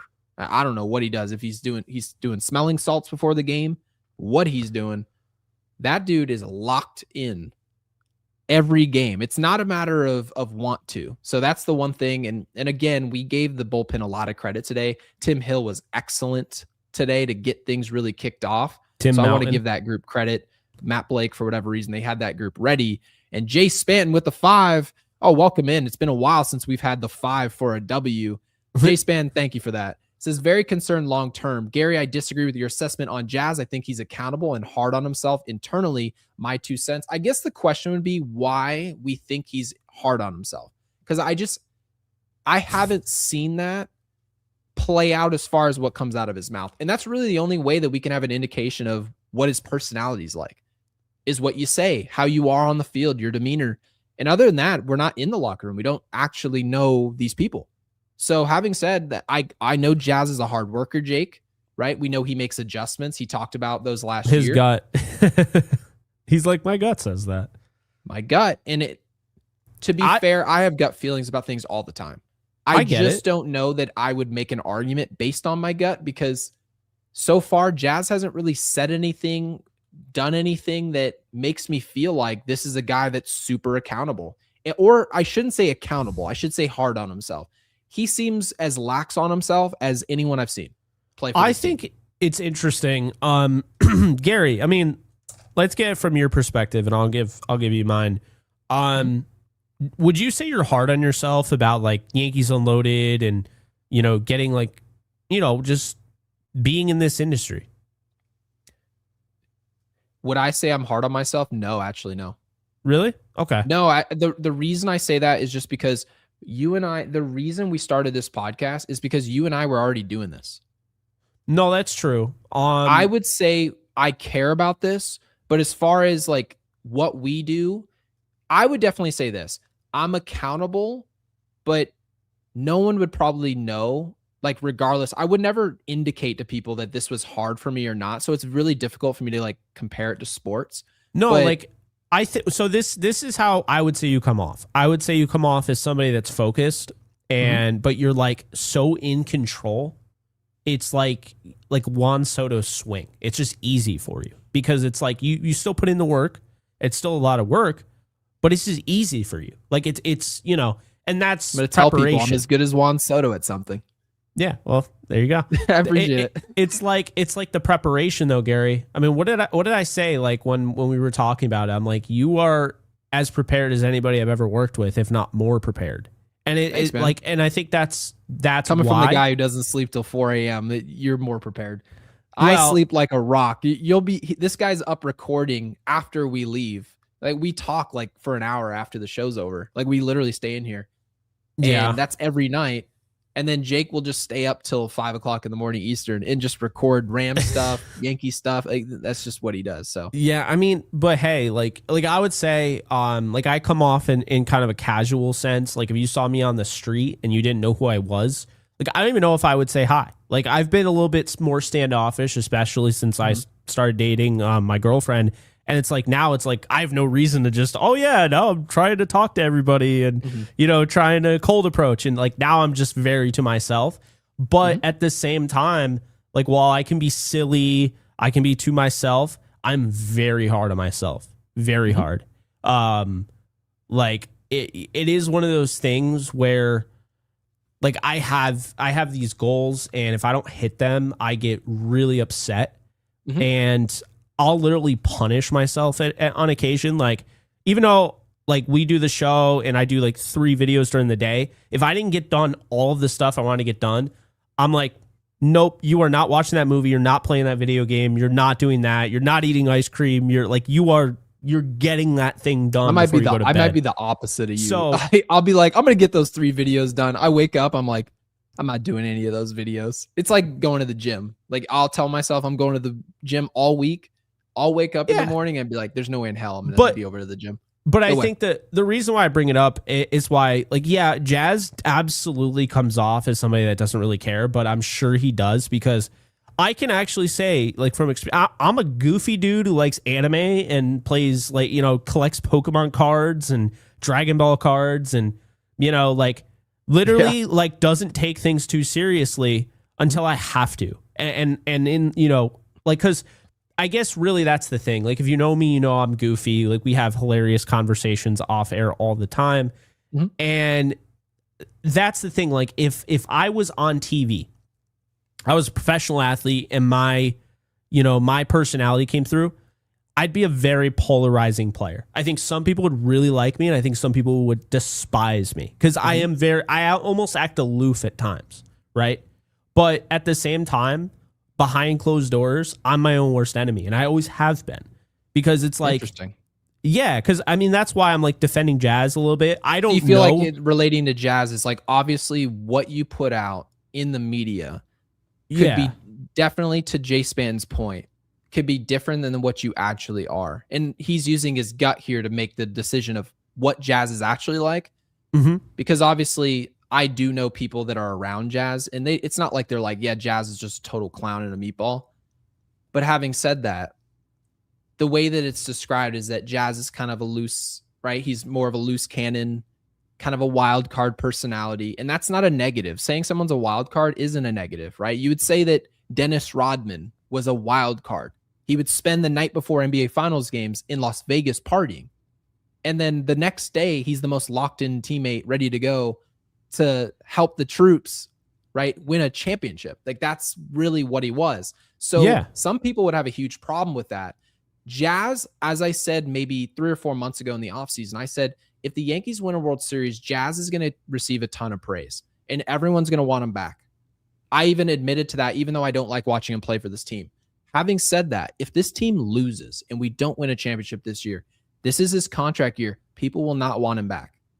It's both sides of the coin, and based on his personality, it's kind of how we're going to judge him. So people can call that unfair. I mean, I would understand completely, but yeah, as far as personality goes, there's definitely other guys on our team that are easier to root for than Jazz Chisholm. So that's kind of where I'm at with it. I know you said that if you were in the media, you might come across maybe a way that you actually weren't. Whereas for me in the media, I probably would just tell people to beat rock and just have fun. Literally, I'm just a yapper.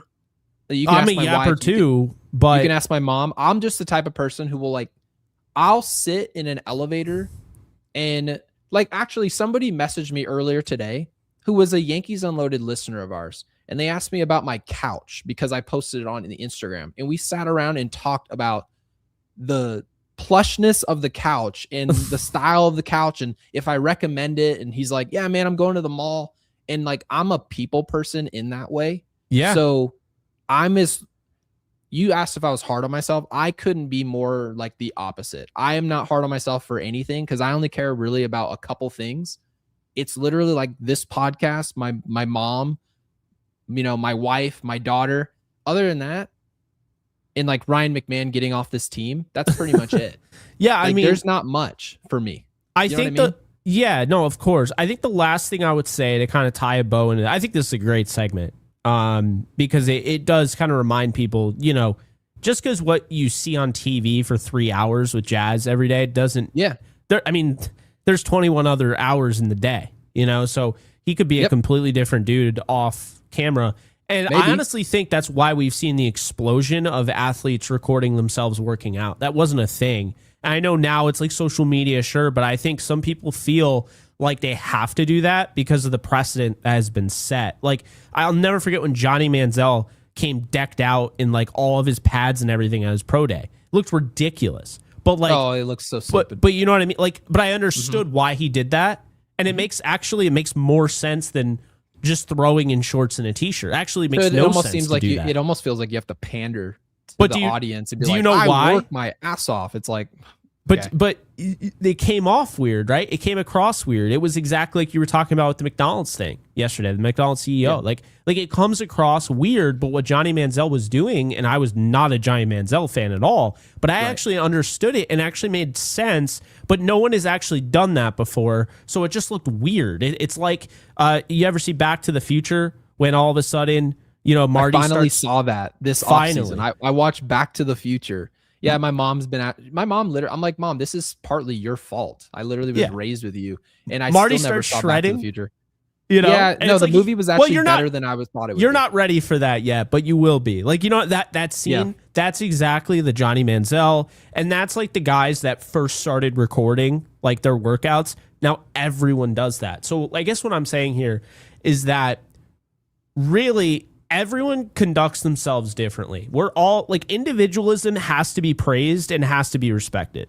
And we talk about all the time in schools, like, teachers always tell you, oh, there's 3 different learning, paths. You can either be the person that watches the other person do it, learn by trying it, or just literally watch a video on how to do it, be taught it, right? So there's 3 different learning processes or whatever, but then like we act like, a good example of this, and you kind of brought it up, but like the players literally will go out to clubs the night before a game, and they will be more successful in that game than the player that went to bed right on the dot, super early, got plenty of sleep, got the greatest breakfast ever, no hangover whatsoever, went to the gym early.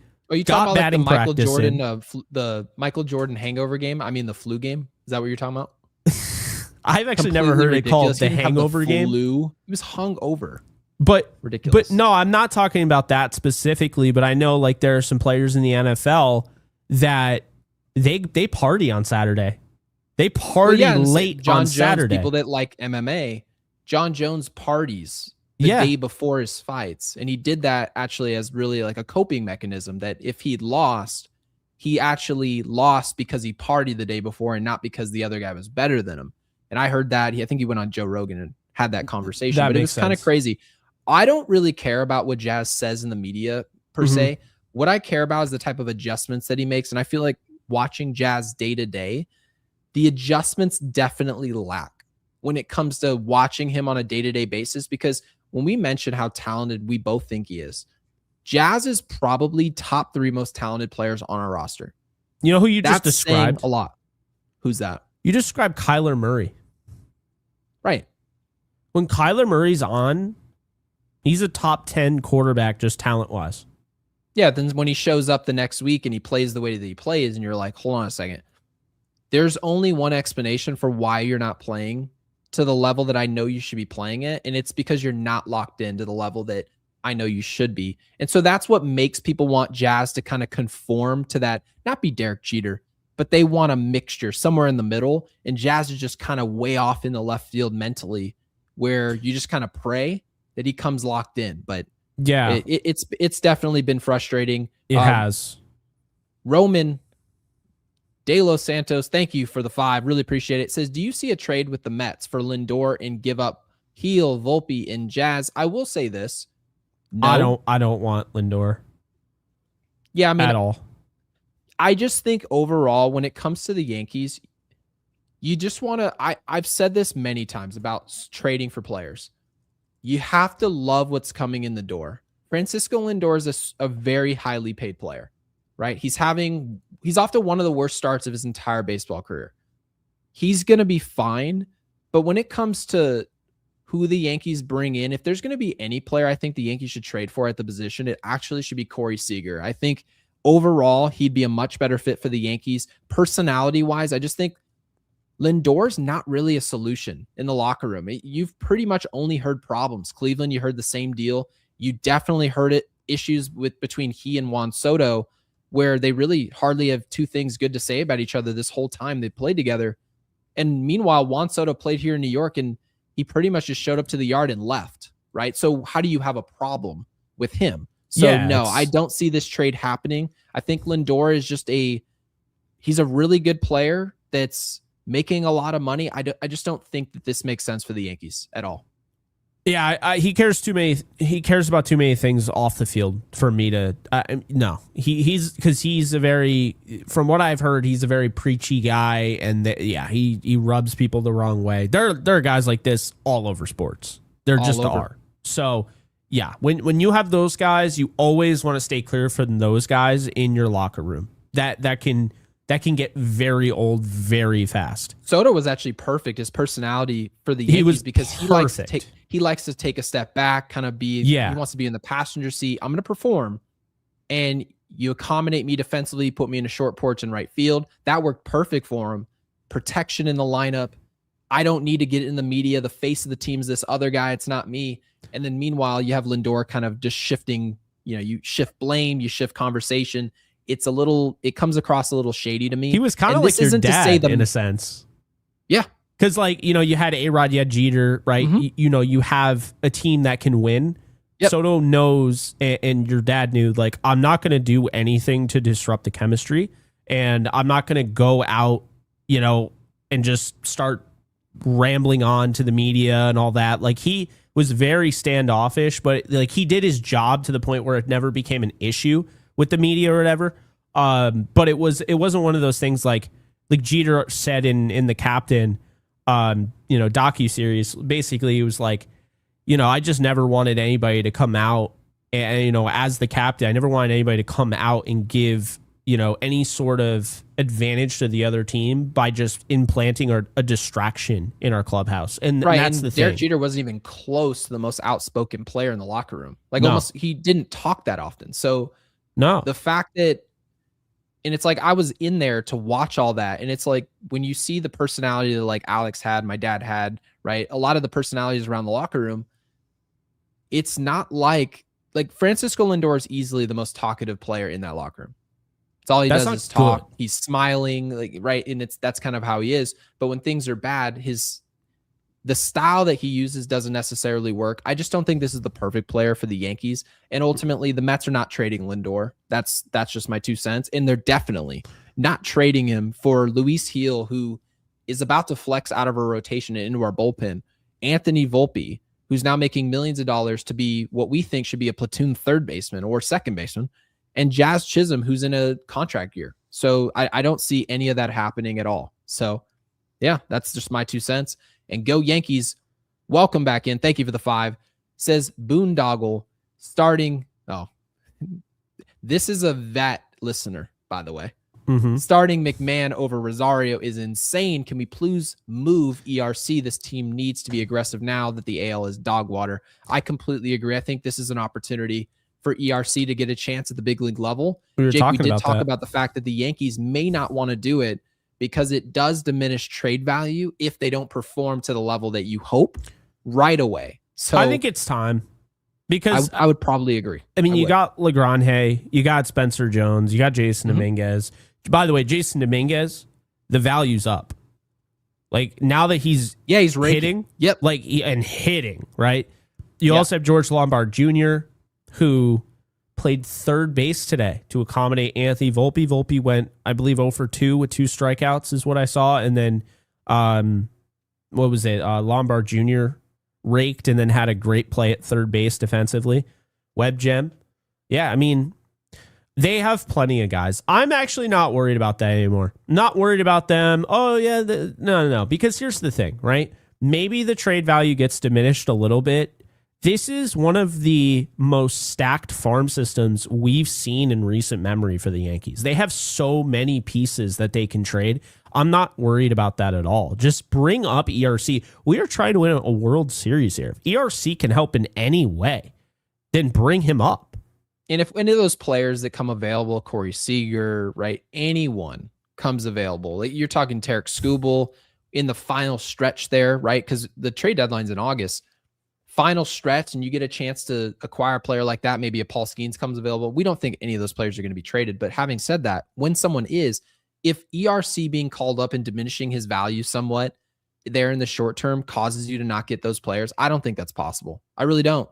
I think we have enough to make it work, to do both.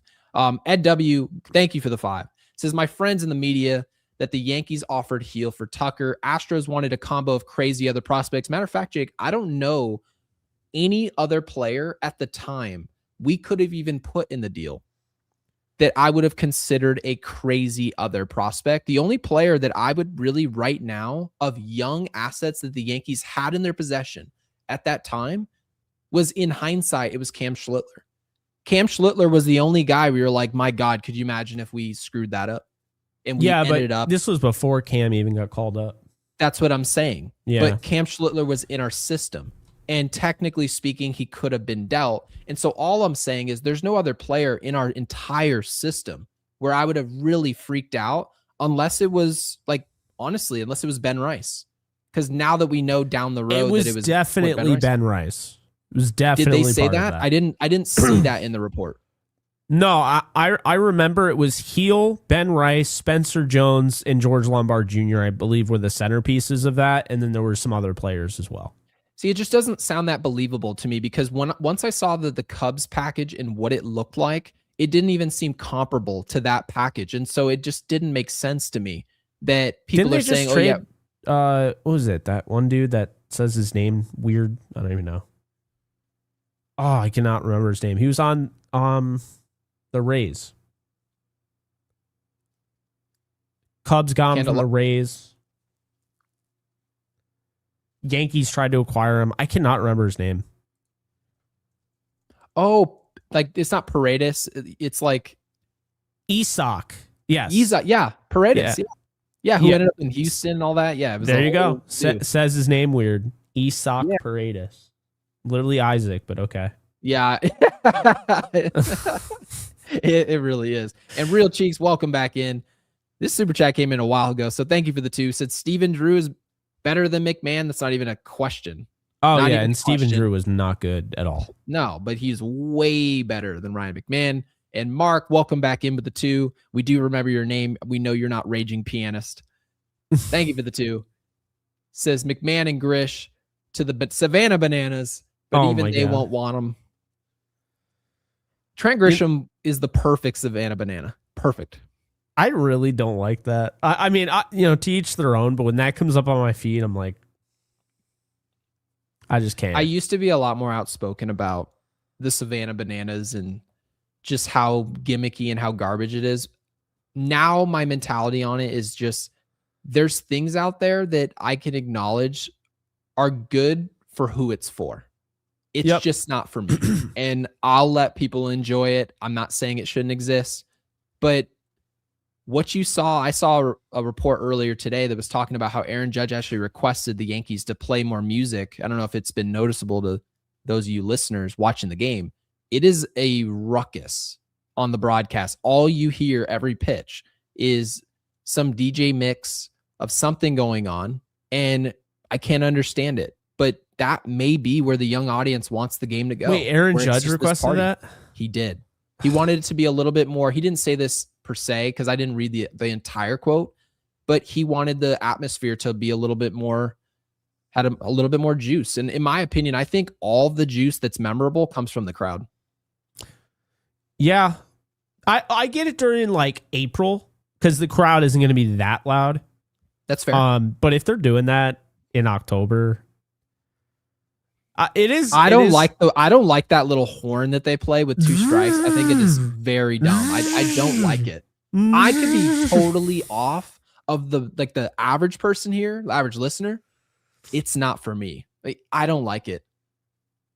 They do a lot of different things. Arenas have just weird stuff. Like it's even weirder indoors. And oh, dude, like I will say it is part of the event when you're like, I'll go to like a Devils game, and yeah, the New Jersey Devils, they have some weird stuff.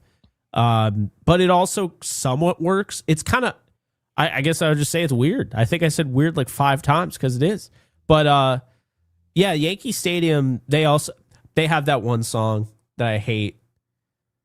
And no, it's not the Hall of Fame. It's the AO song. Let me say AO. Oh, you're talking about the Freddie Mercury stuff. No, you said this the last time. Freddie Mercury is, I believe he's the greatest vocalist of all time. Okay. I have no issue with AO. No issue with that. That's not what is being, and we did this last year, and somebody dropped exactly, I think it was your mom that dropped exactly. It's like, let me say, ew. Like, I hate that. And it's every 5th inning, I think, every 4th or 5th inning. I hate it. Right. I hate that song. They have those moments. Also, Trent Grisham's walk-up song is weird, too. Tired of hearing it. I haven't noticed what his walk-up song, I just know that Ryan McMahon's is 21 Questions from 50 Cent, which is actually pretty ironic because the entire premise of the song is asking, he's rich now and you like him, but would you like him essentially if he was broke and down? What's funny about that is that Ryan McMahon he's broken down and out right now. We do not love him. No, to answer your question, the love's not there. Boom, boom, boom. Let me say, wayo. Yeah, I hate that song. It's awful. Yeah, I wonder what age demographic, because technically everything they do, they had to run it through a focus That's from the 90s. It's like a 90s hip hop song, I think. Interesting. I wonder how many 40s and 50 somethings actually like that. We would have to run a poll. I don't know. Mark, I will say, super. Like, I hate most of today's, I just don't like rap or hip hop or any of that. Most of the batters are coming up to that music.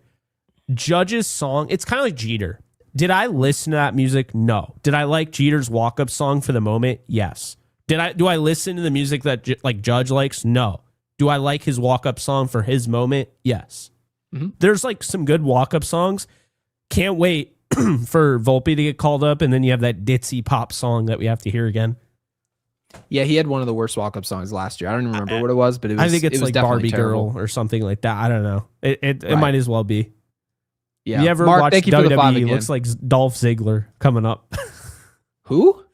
Dolph Ziggler used to he had one song that was like really girly. Okay. And that's immediately what I think of. Yeah, well, Ryan McMahon needs to switch something up. His stance, his music, something. Mark, thank you for the 5. Says, I play music as hobby, but I'm an attorney and my passion is the DMCA.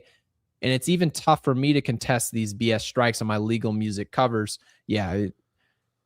Some of the strikes that you see, whether it be using footage He's an from attorney. the NFL. We might have to hire you down the road, depending on. Yeah, so we can countersue somebody if they decide to try and try to give us a strike on our account. Yeah, we probably will. So Mark, we really appreciate it.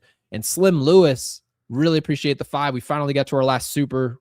Thank you guys for all the supers and all the support tonight in a win. We love to see that because we wanted to talk about a lot of positive tonight as well. We wanted to talk about the bullpen. We wanted to talk about, even though the game felt like it was given to us, we still had to do something to go take it. That had to be the story, had to be. And also ERC getting an opportunity, maybe because of the door being kicked open from heel, struggling to throw strikes and not understanding the game plan of who to let beat you. Mike Trout's not the guy. He's gonna have a statue somewhere, either at Angel Stadium, Cooperstown, or both. So you should not let that happen. Could be an opportunity for one of our young players. In my opinion, Jake, I agree with you. I think ERC should have an opportunity sooner rather than later. And I hope it could be even inside the next 10, 15 days. Slim Lewis Giovanni Cruz, by the way. Who? Giovanni Cruz in AAA. Oh, you want to see him get an opportunity as well? Instead, we got Angel Shivili, who had an awful spring training. He's pitching better in AAA, but that was weird. I didn't know who that was, actually. I actually wasn't aware who that was. Oh, they traded Rumfield for him. Oh, okay. I hated that trade. But hey, maybe it works out. If they see, what makes this kind of funny is that they went and got Jake Bird from Colorado. Didn't work out at all, right? Just literal, like, diarrhea in a nutshell. Yep. So that trade did fail. It's failed. It's over. But you know what they wanted to do? They wanted to be, we're not done. We're going to get another one of your pitchers. Give us Shivili. And they're like, yeah, you're going to give us TJ Rumfield for Shivili? He's literally leading our team in on-base percentage and batting average. Right now. That'll play, Jake. I didn't know this was his name, by the way. Slim Lewis says, Jose Manuel Ortega Caballero is starting to look better and better. It's hard not to look better. He looked really good in the Tampa series towards the end. Huge hits. He had 2 clutch hits actually in one game in that Tampa series, and we still blew it. And he says a few more good games, and he'll be putting up better than Volpe numbers. You have to remember, though, Anthony Volpe is a career 210 hitter. So let's not make it seem like we're getting back just what you would expect the starting shortstop of the Yankees to be. Let's not have revisionist history of what Volpe just was. We're essentially bringing him back because they're scapegoating the injury as the reason he played poorly, right? Maybe we didn't put as much stock into that injury as we should have, right? That's the coverage that they got back to us. Jake and I, when we saw the injury, we said, Anthony Volpe's not nearly a good enough player to play through an injury like that. That looked bad. He dove on his shoulder and he said, I heard a pop, right? And but we looked at the scan and we saw nothing new. We knew it was off. And the performance was just off a cliff defensively as well. So yeah, Slim, to your point, he's always put up better than Volpe numbers. So that's part of the reason why we still want him to be the starter. But as you have seen just in the media that we saw, he won't be. He will not be the starter for the Yankees. That job apparently came as a surprise to him as well. In Volpe, it's not a competition. When the GM says our starter comes back after this rehab assignment, just know that Jose Manuel Ortega Caballero has lost that job no matter what he's done, apparently. So yeah, very interesting. And now this is our real last super chat. Cheeks, thank you for the 2. It says the Yankees win the World Series in 2026. Jake makes the Hall of Fame song as a ringtone. I would agree with that, Jake. If we win the World Series, you got to do something that has to do with this Hall of Fame. I think you should have to. I will make Gary Sheffield Jr.'s contact in my phone Hall of Fame. Perfect. And I'll call you a lot more than I do now. I will not answer you ever. Be like, that no. Song is very brutal. Yeah, it's so bad. You know where I first heard it? I used to watch WWE like back with WrestleMania 25. Now I think they're on like 40. I don't know. WrestleMania 25 or 26. I forget which one. They had it as like their theme song. No.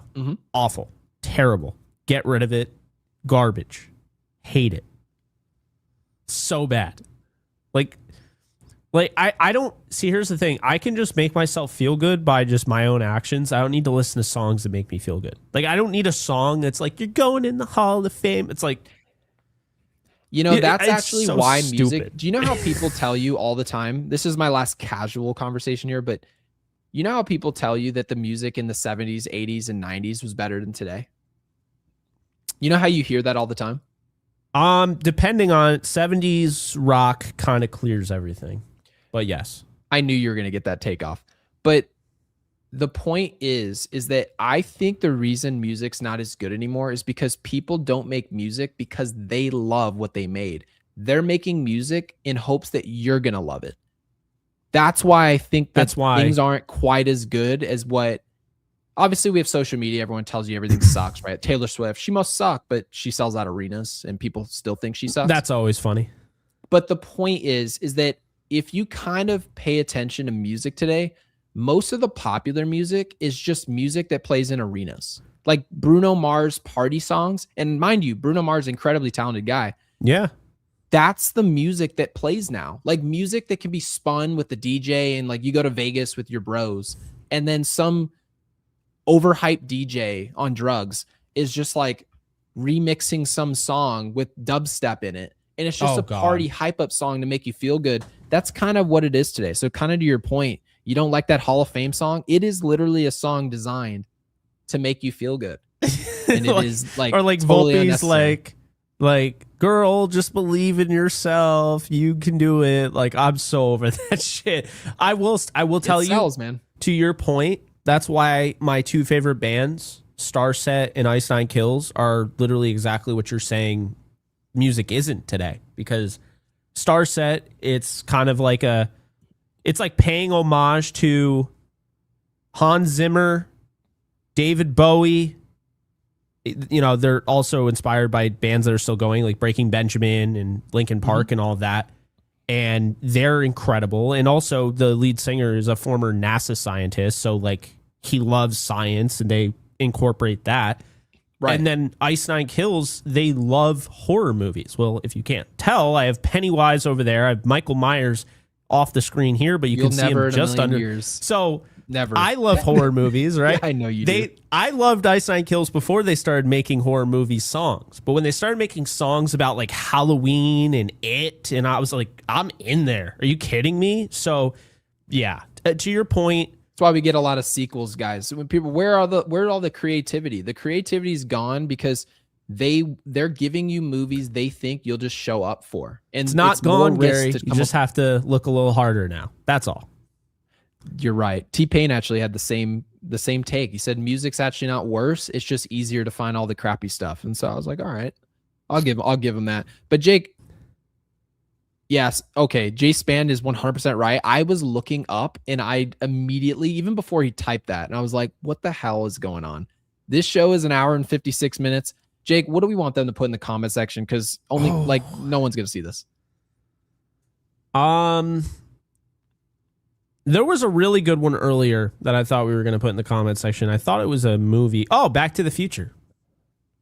Or put in Godzilla -0, because apparently I told Jake the greatest movie of all time is Godzilla -1, and it's filmed. It's actually shot in Japan. It's made in Japan. Nope, we're doing. Oh, excuse me. Sorry, big boss. Imagine having the comment that accidentally was clicked. You're like, oh, it was on screen. Oh, no. Ice Nine actually, Kills? I will put that back up. But yes, put Ice Nine Kills in the comment section. Give my band some love. Or Starset. Oh my God. I have to say this before we go, though. Yeah, put Ice Nine Kills, not in the live chat, okay? Not in the live chat. In the comment section. After we go, please get back into the comment section and drop Ice Nine Kills. Really helps the algorithm. I don't know if it's algorithm. It just really helps them think that people like the episode if you guys comment. But also, I do see this. It'll be the last thing I put up there. And no, I did not get my Raptor yet. So Mr. 3000. Best baseball movies. So here I am. In my opinion, this isn't like best acting or any of that. My favorite baseball movie is The Sandlot. Now, here's where I make my great reveal. And I'm not sure where it is. I think it's somewhere Way to in the go. living room. Wait, you were so ready for this moment. I'll show it to you guys very soon. I'll probably show it to you next episode. I'll undoubtedly forget. But went to the aquarium and there was this silent auction with all these signed posters, signed baseballs, football, helmets, everything, right? The whole nine. I saw a poster for The Sandlot and it had the entire cast of The Sandlot on it. Every single member of the movie signed it, and you had to make a bid essentially. And the bid, I think, it was easily the most popular item on the desk. It was like Kobe Bryant, Michael Jordan stuff. This was the most popular thing, so it should tell you everything. And I was gonna put in a bid for like I think of $305, and I was like, oh, I definitely want to do that. But then I had the choice: you can spend $400 and just buy it outright and win the bid. And I was like, I'm doing it. So I bought this damn thing. So that's going to be in my backdrop. This is not even going to be the room where I'm doing the podcast from. This is just the guest room. So eventually we're going to have like our full-time setup. I have a different sign than this, and I've got the Sandlot. So that should answer your question. I am a huge Sandlot fan. I absolutely love that movie. Greatest baseball movie ever. I wanted to give a shout out to Big Boss because pushed him off there. Also, Big Boss connection to literally Big Boss from Metal Gear Solid. Love that reference. What do you mean, yup? You played Metal Gear Solid? Did I play it? I've heard of it. Oh, you got to play it. Fantastic game series. Fantastic. I believe you. My dad got me into that. I actually beat the one Big Boss is in, Snake Eater. I beat that when I was like 4. I know it was rated M for mature, but I beat it anyway. Oh, please. Rated M for mature. I was playing Grand Theft Auto when I was like 7. Yeah. Never confuse the size of the paycheck with the size of the talent. The most popular things are usually the stuff with the most common denominator appeal. Yeah. And a lot of the sacrifices you have to make to be at the top, some people don't want to make those sacrifices. And you can read into it that however you want to read into that. But yeah, and I totally hear you. I mean, I think there's a band. I had the opportunity to interview the lead singer of King's X, and most of you probably don't even know who that is. Doug Pinnick. I went and saw them with my dad last year. When you remember when I super chatted and it was all like jumbled mess because you can't type. Yeah, it was I couldn't even read it. Yeah, it was against the Astros at the stadium, and Welkins guy. Devin Williams gave up like 4 runs and blew the save. Yeah, it is not fun doing a solo show. I will say podcasting is great, but when you're by yourself, it is not a good time. But yeah, I got a chance to interview the lead singer of that band that we saw. And I actually surprised my dad, whatever. But Mr. Maverick, King's X, one of my favorite bands. Well, lucky for you if you like me, I did a almost 2-hour interview with Doug Pinnick. So, but the point, you do the most random shows ever. The entire point of this, to Big Boss's point, is that King's X is a phenomenal band. That one of the guys in Pearl Jam, which you've heard before, Pearl Jam's huge. They're absolutely huge. They called King's X the godfather of grunge. You don't even know who King's X is. Nope. And so never even heard of him. The point being, I could literally run into him at Starbucks tomorrow and I wouldn't recognize him. Yeah. So the point being is that they're not super big. They got a little big and like early on in their time, they played at Woodstock, all of that. And they were growing, but MTV fell off a cliff and then they really stopped. The whole point is to bring up that yes, the size of the paycheck, honestly, how popular you are doesn't necessarily indicate how good you are. And there are a lot of really talented bands. There's a lot of really talented just people in general that aren't the most popular. So, yeah. That is very true. We agree with that in podcasting as well. There's a lot of podcasts. I knew you were going to go there. Total garbage, and they will remain nameless. But yeah, thank you guys all obviously for being here. I already forgot what Jacob wanted you guys. I'm going to put this one up for my dad, Mr. Maverick. I discovered them by accident. They opened for Rush when I saw them in 93, seeing Rush this year. Next day, I bought all their CDs. There you go, Dad. That one is for you. Yeah. King's X is great. That's awesome. And what did you want them to put in the comment section? Damn, now with all the King's X hype. We're going to stick with Ice Nine Kills. Yeah. I don't even know how to spell that, but yeah, drop what he just said in the comment section. Obviously, special thank you to Prize Picks, our sponsor tonight, and tomorrow, and the day after that, and also every other day after that. Use code HMA at sign up. $5, you get 50 back. Subscribe, like the video.